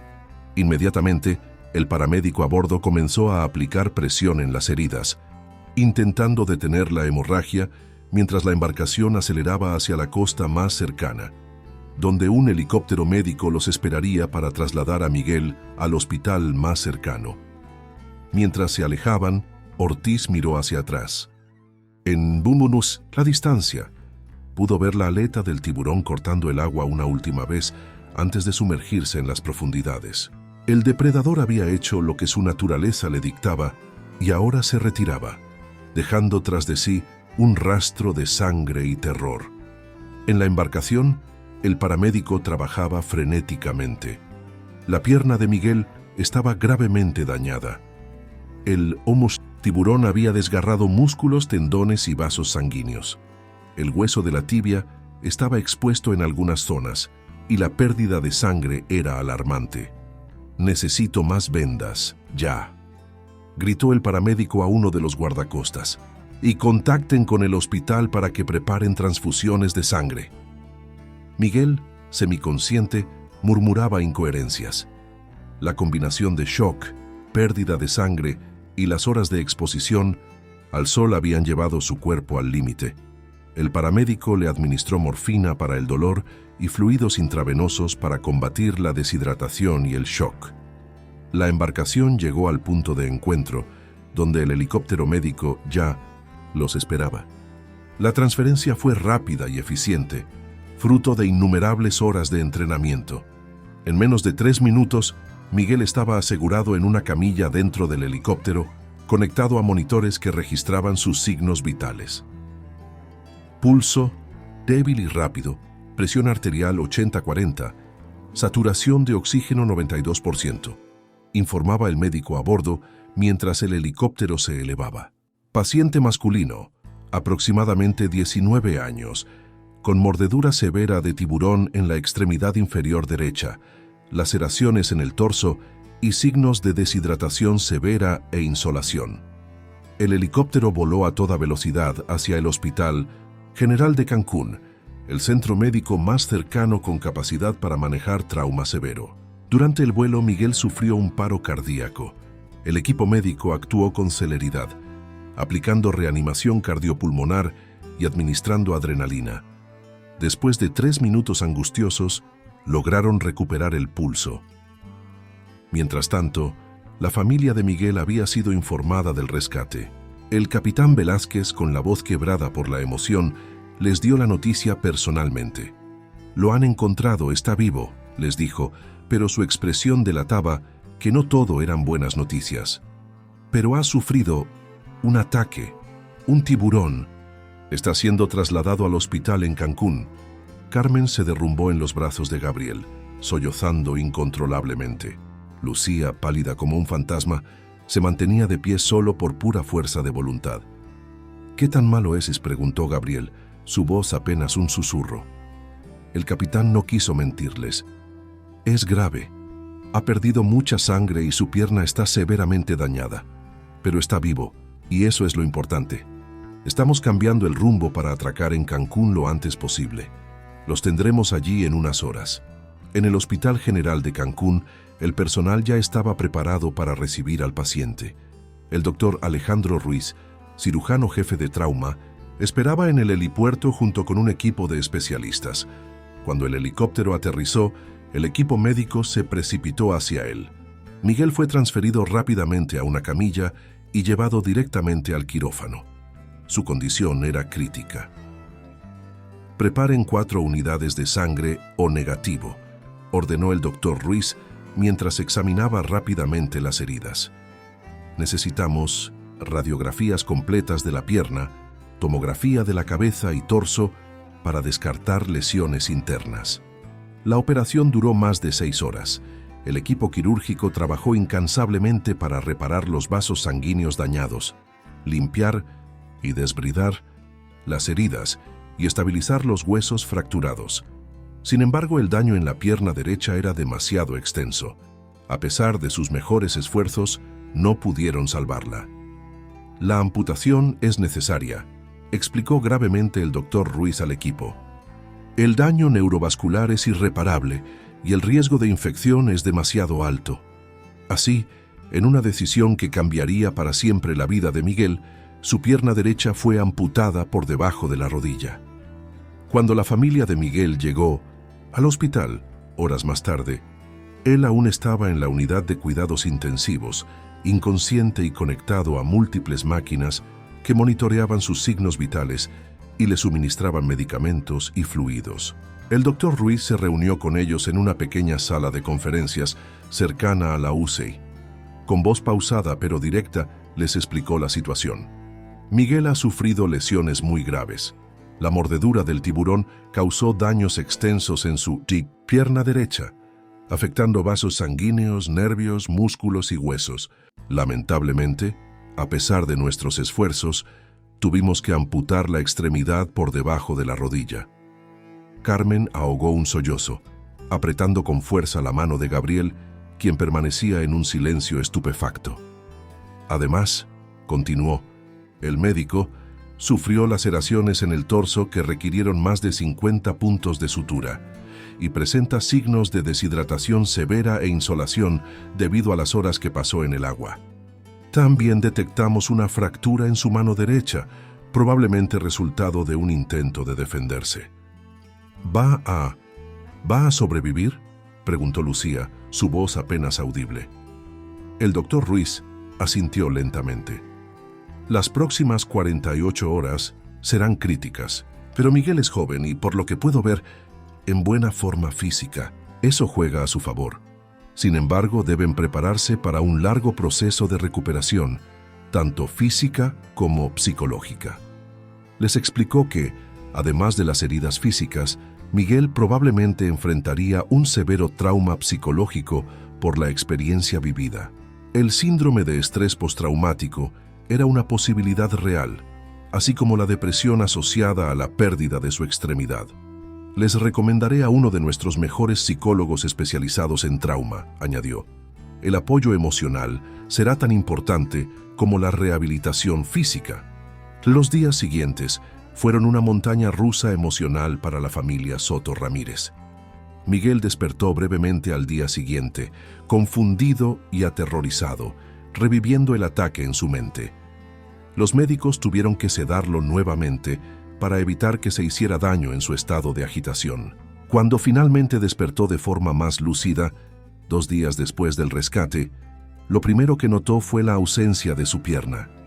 Su grito desgarrador resonó por toda la unidad de cuidados intensivos, un sonido que quedaría grabado para siempre en la memoria de su familia. Mi pierna, repetía una y otra vez mientras las enfermeras intentaban calmarlo. Carmen, quien no se había separado de su lado más que para lo estrictamente necesario, lo abrazó con fuerza, llorando junto a él. «Estás vivo, Miguel, estás vivo», le susurraba entre lágrimas. «Es lo único que importa». Pero para Miguel en ese momento no parecía suficiente. Su mente estaba atrapada en un bucle de horror, reviviendo constantemente cada segundo del ataque.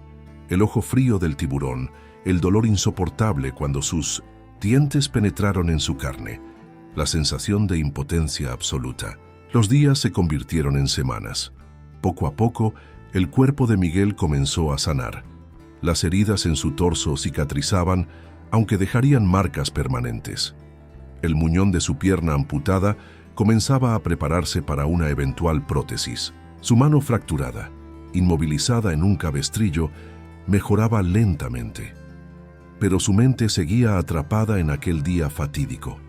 Las pesadillas eran constantes, tan vívidas que a menudo despertaba gritando, empapado en sudor frío, convencido de que el tiburón estaba a punto de atacarlo nuevamente. La doctora Elena Vidal, psicóloga especializada en trauma, comenzó a trabajar con él casi desde el principio. Sus sesiones eran intensas y emocionalmente agotadoras. «Lo que experimentaste, Miguel, es un trauma severo», le explicaba con voz suave pero firme.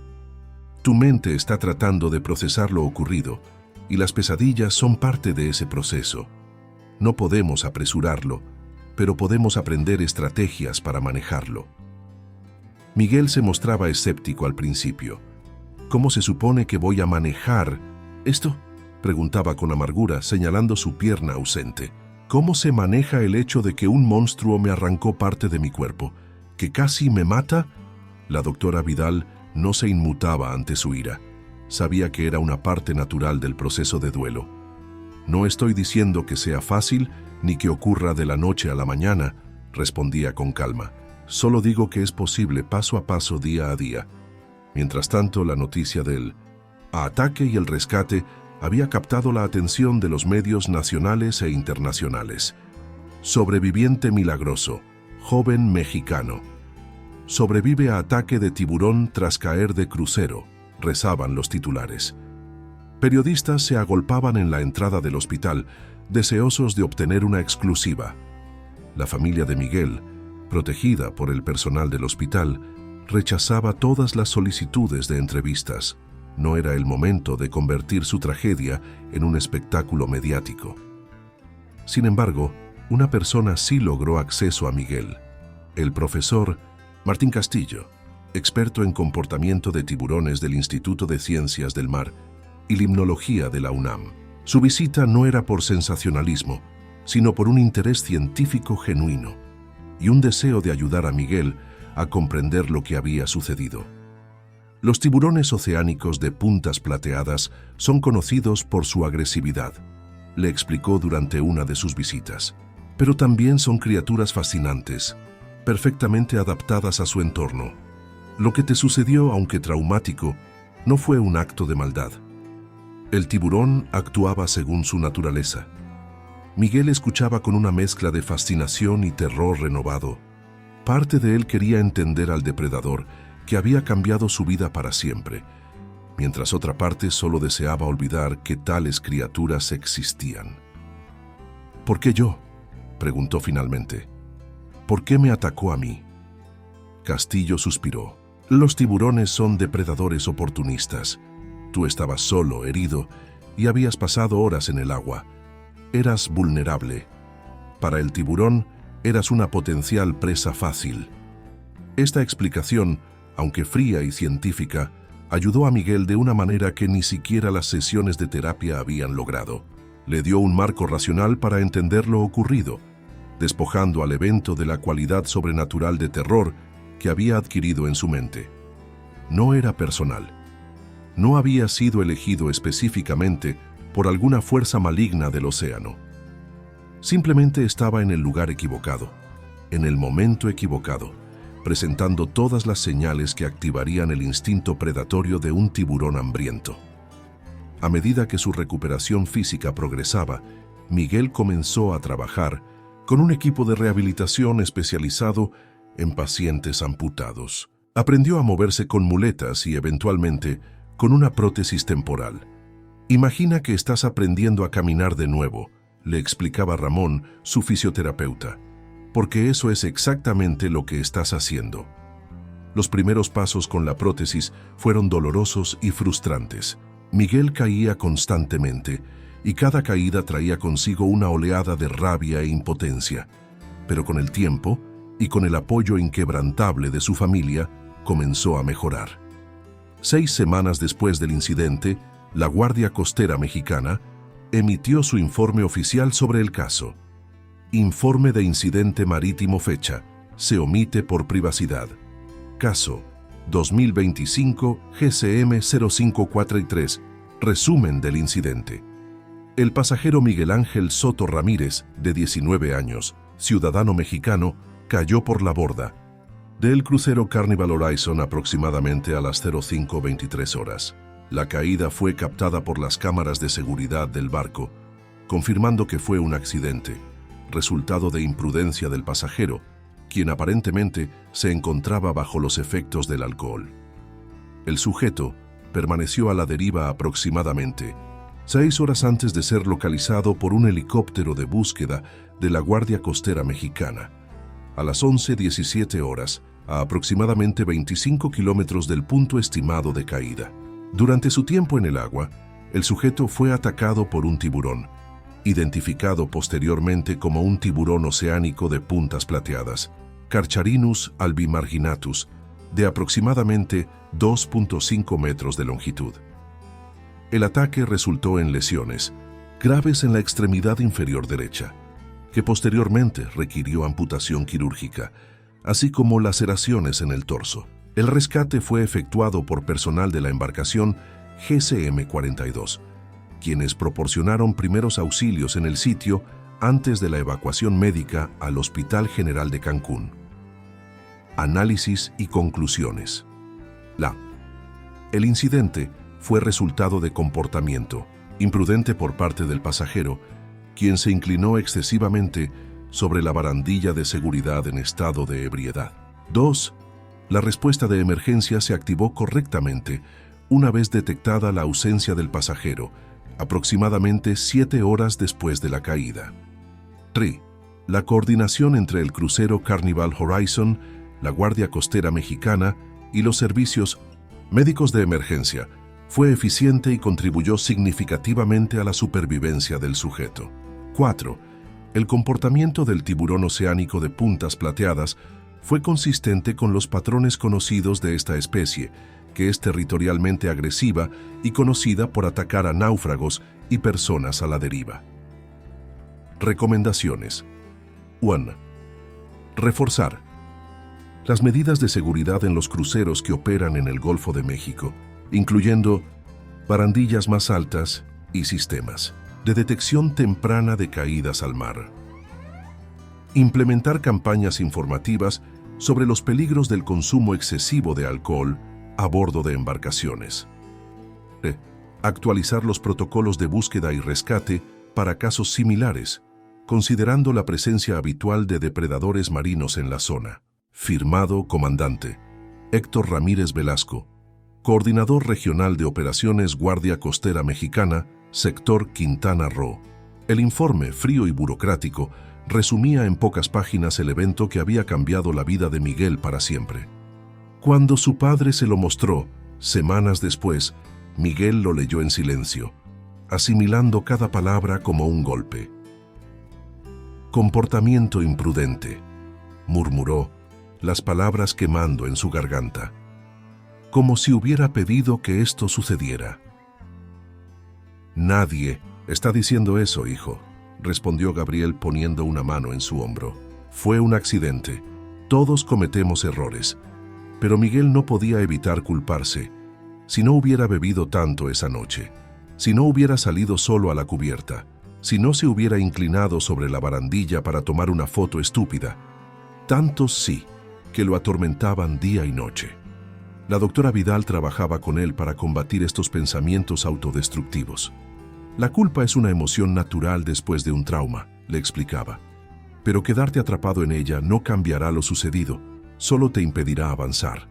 Necesitas perdonarte a ti mismo, Miguel. ¿Y si no puedo?, preguntaba él, su voz quebrada por la emoción. Entonces seguiremos trabajando en ello, hasta que puedas. Una parte crucial de su recuperación psicológica fue el contacto con otros sobrevivientes de ataques de tiburones. La doctora Vidal lo puso en contacto con un grupo de apoyo internacional, donde conoció a personas que habían pasado por experiencias similares.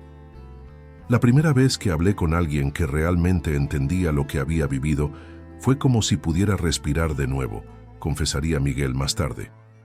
No tenía que explicar el terror, ni justificar las pesadillas. Ellos lo sabían. Entre estos contactos, uno resultó particularmente significativo. David Hoffman, un surfista australiano que había perdido un brazo en un ataque de tiburón blanco 7 años antes. A través de videollamadas, David se convirtió en un mentor para Miguel, ayudándolo a navegar por las complicadas aguas de la recuperación postraumática. «No te mentiré, chico», le dijo David durante una de sus conversaciones. «Nunca volverás a ser quien eras antes. Ese Miguel se fue para siempre. Pero eso no significa que no puedas construir una vida nueva, incluso mejor en algunos aspectos». «¿Mejor?», preguntó Miguel, escéptico. «¿Cómo podría ser mejor?». «Porque ahora sabes algo que la mayoría de las personas tardan toda una vida en aprender, lo frágil y preciosa que es la existencia. Sobreviviste a lo inimaginable. Eso te da una perspectiva que pocos tienen». Estas palabras resonaron profundamente en Miguel. Lentamente, comenzó a reconstruir su identidad, no como una víctima, sino como un sobreviviente. 3 meses después del ataque, Miguel estaba listo para regresar a casa. El Hospital General de Cancún había sido su hogar durante todo ese tiempo, pero ahora era momento de continuar su recuperación en un entorno más familiar. La casa familiar en Ciudad de México había sido adaptada para acomodar sus necesidades. Rampas para su silla de ruedas, que aún necesitaba ocasionalmente cuando la fatiga o el dolor del muñón hacían imposible usar la prótesis. Barandillas en el baño y un dormitorio en la planta baja. Su regreso fue agridulce. Por un lado, estaba infinitamente agradecido de estar vivo, de poder abrazar a su familia, de sentir el sol en su rostro sin el constante miedo a lo que acechaba bajo las olas. Por otro lado, enfrentaba un futuro drásticamente diferente al que había imaginado apenas unos meses atrás. La universidad tendría que esperar. Su cuerpo aún necesitaba sanar completamente y la adaptación a la prótesis definitiva requeriría tiempo y esfuerzo. Pero Miguel estaba determinado a retomar sus estudios eventualmente, aunque ya no estaba seguro de querer especializarse en ingeniería marina. «Creo que quiero estudiar psicología», le confesó a su madre una noche mientras cenaban en el patio trasero bajo las estrellas. «O tal vez medicina de rehabilitación. Quiero ayudar a personas como yo». Carmen sonrió, sus ojos brillantes de lágrimas contenidas. «Harás lo que sea que decidas hacer, mi amor. Siempre has sido así». Las pesadillas continuaban, aunque con menor frecuencia. Algunas noches Miguel despertaba gritando, convencido de estar nuevamente en el agua, con el tiburón acercándose. En esos momentos, su familia acudía a su lado, recordándole que estaba a salvo, en tierra firme, lejos del peligro. «Respira conmigo», le decía Lucía tomando sus manos entre las suyas. «Estás aquí en casa, estás a salvo». Poco a poco, Miguel comenzó a reconstruir su vida. La prótesis definitiva, un modelo de alta tecnología con articulación de rodilla hidráulica, le permitía moverse con sorprendente naturalidad después de meses de práctica constante. «Nunca será como tu pierna original», le había advertido el protesista, «pero te sorprenderá lo que puedes lograr con ella». Y tenía razón. Con determinación férrea, Miguel reaprendió a caminar, luego a subir y bajar escaleras, incluso a correr distancias cortas.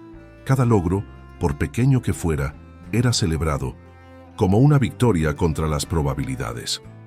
6 meses después del ataque, Miguel se sentó frente a su computadora y con dedos temblorosos buscó información sobre tiburones oceánicos de puntas plateadas. Era la primera vez que se atrevía a hacerlo voluntariamente, un paso significativo en su proceso de curación. Las imágenes que aparecieron en la pantalla le provocaron un escalofrío familiar, pero esta vez no cerró los ojos ni apartó la mirada. Estudió al depredador que había cambiado su vida, intentando entenderlo no desde el miedo, sino desde el conocimiento. Descubrió que los tiburones oceánicos de puntas plateadas estaban clasificados como vulnerables en la lista roja de especies amenazadas de la UICN. La sobrepesca, principalmente para el comercio de aletas, estaba diezmando sus poblaciones en todo el mundo. Esta revelación despertó en Miguel sentimientos contradictorios. Por un lado, no podía olvidar el terror absoluto que había experimentado bajo los dientes de la criatura. Por otro, comprendía ahora que el tiburón no era un monstruo sediento de sangre, sino una especie amenazada que luchaba por sobrevivir en un océano cada vez más hostil debido a la actividad humana. «Es extraño», le comentó a la doctora Vidal, durante una de sus sesiones semanales. «Parte de mí todavía lo odia, todavía le teme, pero otra parte, casi siente compasión». La psicóloga asintió comprensivamente. «Es un paso importante, Miguel. Ver el evento desde una perspectiva más amplia te ayuda a procesarlo. No se trata de perdonar al tiburón, sino de entender que no actuaba con malicia. Era simplemente un depredador siguiendo sus instintos». Un año después del ataque, Miguel tomó una decisión que sorprendió a todos.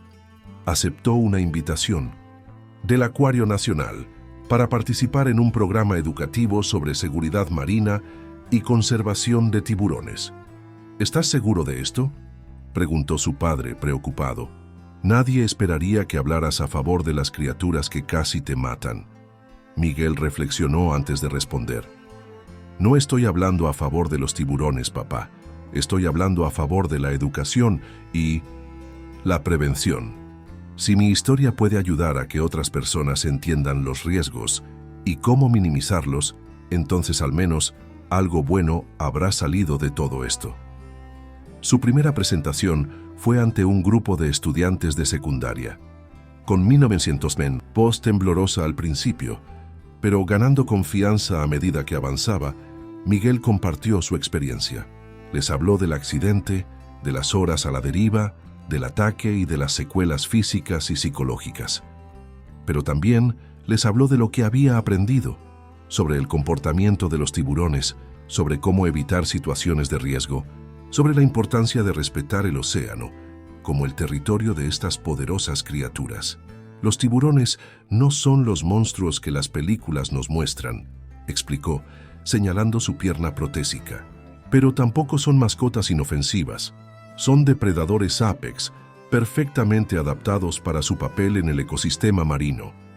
Debemos respetarlos como tales.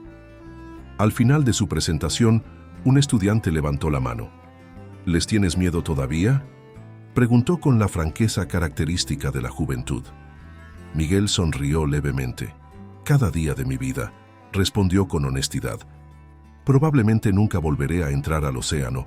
Las pesadillas siguen ahí, aunque menos frecuentes, pero el miedo ya no controla mi vida, y esa es la diferencia. Esta nueva vocación como educador le dio a Miguel un propósito que había estado buscando desesperadamente. No era la vida que había planeado, pero era una vida con significado, una oportunidad de transformar su tragedia personal en algo positivo para otros.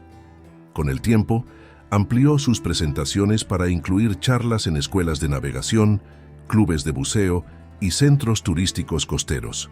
Su mensaje siempre era el mismo: respeto, precaución y conocimiento como las mejores defensas contra los peligros del océano. 2 años después del ataque, Miguel finalmente cumplió su promesa de retomar sus estudios universitarios. No en 1900 ingeniería marina, como había planeado originalmente, sino en psicología con especialización en trauma y rehabilitación. Quiero ayudar a personas que han pasado por experiencias traumáticas, explicaba a quien le preguntaba por su elección.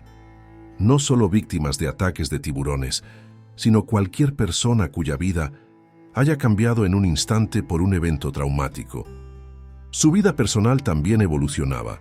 Las secuelas físicas del ataque, la pierna amputada, las cicatrices en su torso, la rigidez ocasional en su mano derecha, seguían ahí, recordatorios, permanentes de aquel día fatídico, pero ya no definían quién era. Comenzó a salir nuevamente, primero con amigos, luego en citas. Conoció a Paula, una estudiante de medicina, durante una de sus charlas en la universidad. Ella se acercó después de la presentación, impresionada no solo por su historia, sino por su resiliencia. La mayoría de las personas no sobreviviría a lo que tú viviste, le dijo. No solo físicamente, sino emocionalmente. No tenía muchas opciones, respondió él con una sonrisa tímida. Era eso o dejarme hundir. Su relación creció lentamente, construida sobre una base de respeto mutuo y admiración. Paula nunca lo trató como a alguien frágil o incompleto, algo que Miguel valoraba más de lo que podía expresar. En sus momentos más privados, cuando las defensas bajaban y la vulnerabilidad emergía, Miguel aún luchaba con los recuerdos. El ojo negro e impasible del tiburón seguía apareciendo en sus pesadillas, aunque ahora podía manejarlas mejor. Las técnicas aprendidas en terapia, respiración controlada, anclaje en el presente, reencuadre cognitivo, se habían convertido en herramientas indispensables en su arsenal diario. Nunca se supera completamente un trauma así, le había explicado la doctora Vidal, pero se aprende a vivir con él, a integrarlo como parte de tu historia sin permitir que te defina. Y eso era exactamente lo que Miguel estaba haciendo. Cada día era una elección consciente de no permitir que el miedo dictara sus acciones, de no rendirse ante la tentación de la amargura o el resentimiento. En días particularmente difíciles, cuando el dolor fantasma en su pierna ausente se intensificaba, o cuando un recuerdo particularmente vívido lo asaltaba sin previo aviso, Miguel tenía un ritual. Sacaba el informe oficial de la Guardia Costera, ahora desgastado por las múltiples lecturas, y lo releía lentamente. Comportamiento imprudente ya no resonaba con culpa, sino como un recordatorio de su humanidad, de su falibilidad. Sobrevivió. Esa era la palabra que ahora destacaba, un testimonio de su fuerza interior. En esos momentos, Miguel a veces imaginaba al tiburón que lo había atacado, nadando en algún lugar de las profundidades del Golfo de México. No lo visualizaba como un monstruo sediento de sangre, sino como lo que realmente era: un depredador perfeccionado por millones de años de evolución, actuando según los dictados de su naturaleza. Y en esa comprensión, Miguel encontraba una extraña paz. No había malicia en lo que había ocurrido, no había intención deliberada de causar sufrimiento. Solo la cruda realidad de la naturaleza, implacable, indiferente, pero también maravillosa en su perfección. 3 años después del ataque, Miguel regresó a Cancún por primera vez. No para entrar al mar, eso era algo que no creía poder hacer jamás, sino para cerrar un círculo, para enfrentar directamente los fantasmas del pasado. Visitó el Hospital General, donde había pasado 3 meses luchando por su vida. Agradeció personalmente al doctor Ruiz y a las enfermeras que seguían trabajando allí.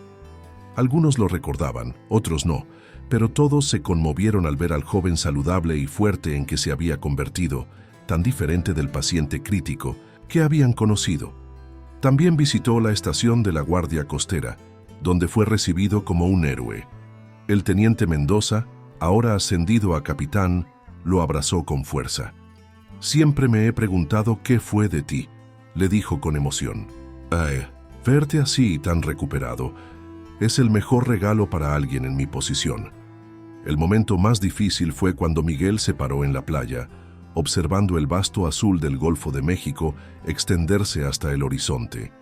El mismo océano, que casi le había arrebatado la vida, ahora se mostraba tranquilo, casi acogedor en su belleza serena.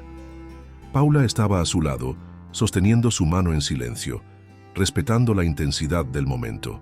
Miguel sentía su corazón latir con fuerza en su pecho, una mezcla de miedo atávico y algo más, algo como asombro. «Es hermoso», dijo finalmente, su voz apenas audible sobre el sonido de las olas. «Aterrador, pero hermoso».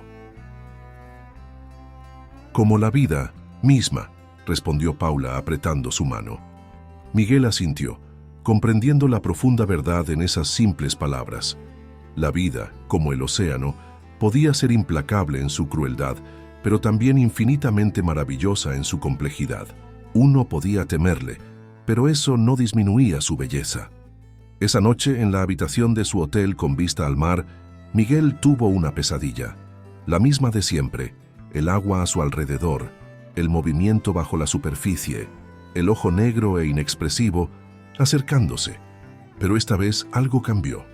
En lugar de despertar gritando, atrapado en las garras del terror, logró mantener la calma dentro del sueño mismo. «Eres parte de este mundo, igual que yo», se escuchó decir al tiburón en su sueño. «Ni buenos ni malos. Solo existimos». Cuando despertó, lo hizo en paz, sin el sudor frío y el corazón acelerado habituales. Paula dormía tranquilamente a su lado. A través de la ventana abierta, podía escuchar el suave rumor de las olas. Miguel se levantó silenciosamente y se acercó al balcón. Colocó su prótesis con la práctica adquirida tras años de uso y salió a contemplar el océano bañado por la luz plateada de la luna. El mismo océano que albergaba al depredador que había cambiado su vida para siempre. «Ni buenos ni malos», murmuró, repitiendo las palabras de su sueño. «Solo existimos». Y en esa simple verdad, Miguel encontró, finalmente, la aceptación que había estado buscando. No era el final de su viaje. El trauma nunca desaparecería completamente. Las cicatrices físicas y emocionales siempre serían parte de él, pero era un hito significativo. El amanecer lo encontró aún en el balcón, observando cómo los primeros rayos del sol transformaban el oscuro océano en un lienzo de tonos dorados y anaranjados. Un nuevo día comenzaba, trayendo consigo la promesa de nuevos desafíos, nuevos miedos por enfrentar, pero también nuevas alegrías por descubrir. Miguel Ángel Soto Ramírez, el chico que había caído accidentalmente de un crucero y sobrevivido a un ataque de tiburón, el joven que había perdido una pierna pero encontrado un propósito, estaba listo para continuar su viaje. Y en algún lugar de las profundidades del Golfo de México, ajeno a todo esto, un tiburón oceánico de puntas plateadas continuaba su existencia milenaria, cazando, sobreviviendo, siendo simplemente lo que la naturaleza lo había diseñado para ser, un perfecto depredador marino, ni monstruo ni héroe, solo una criatura más en la compleja red de la vida.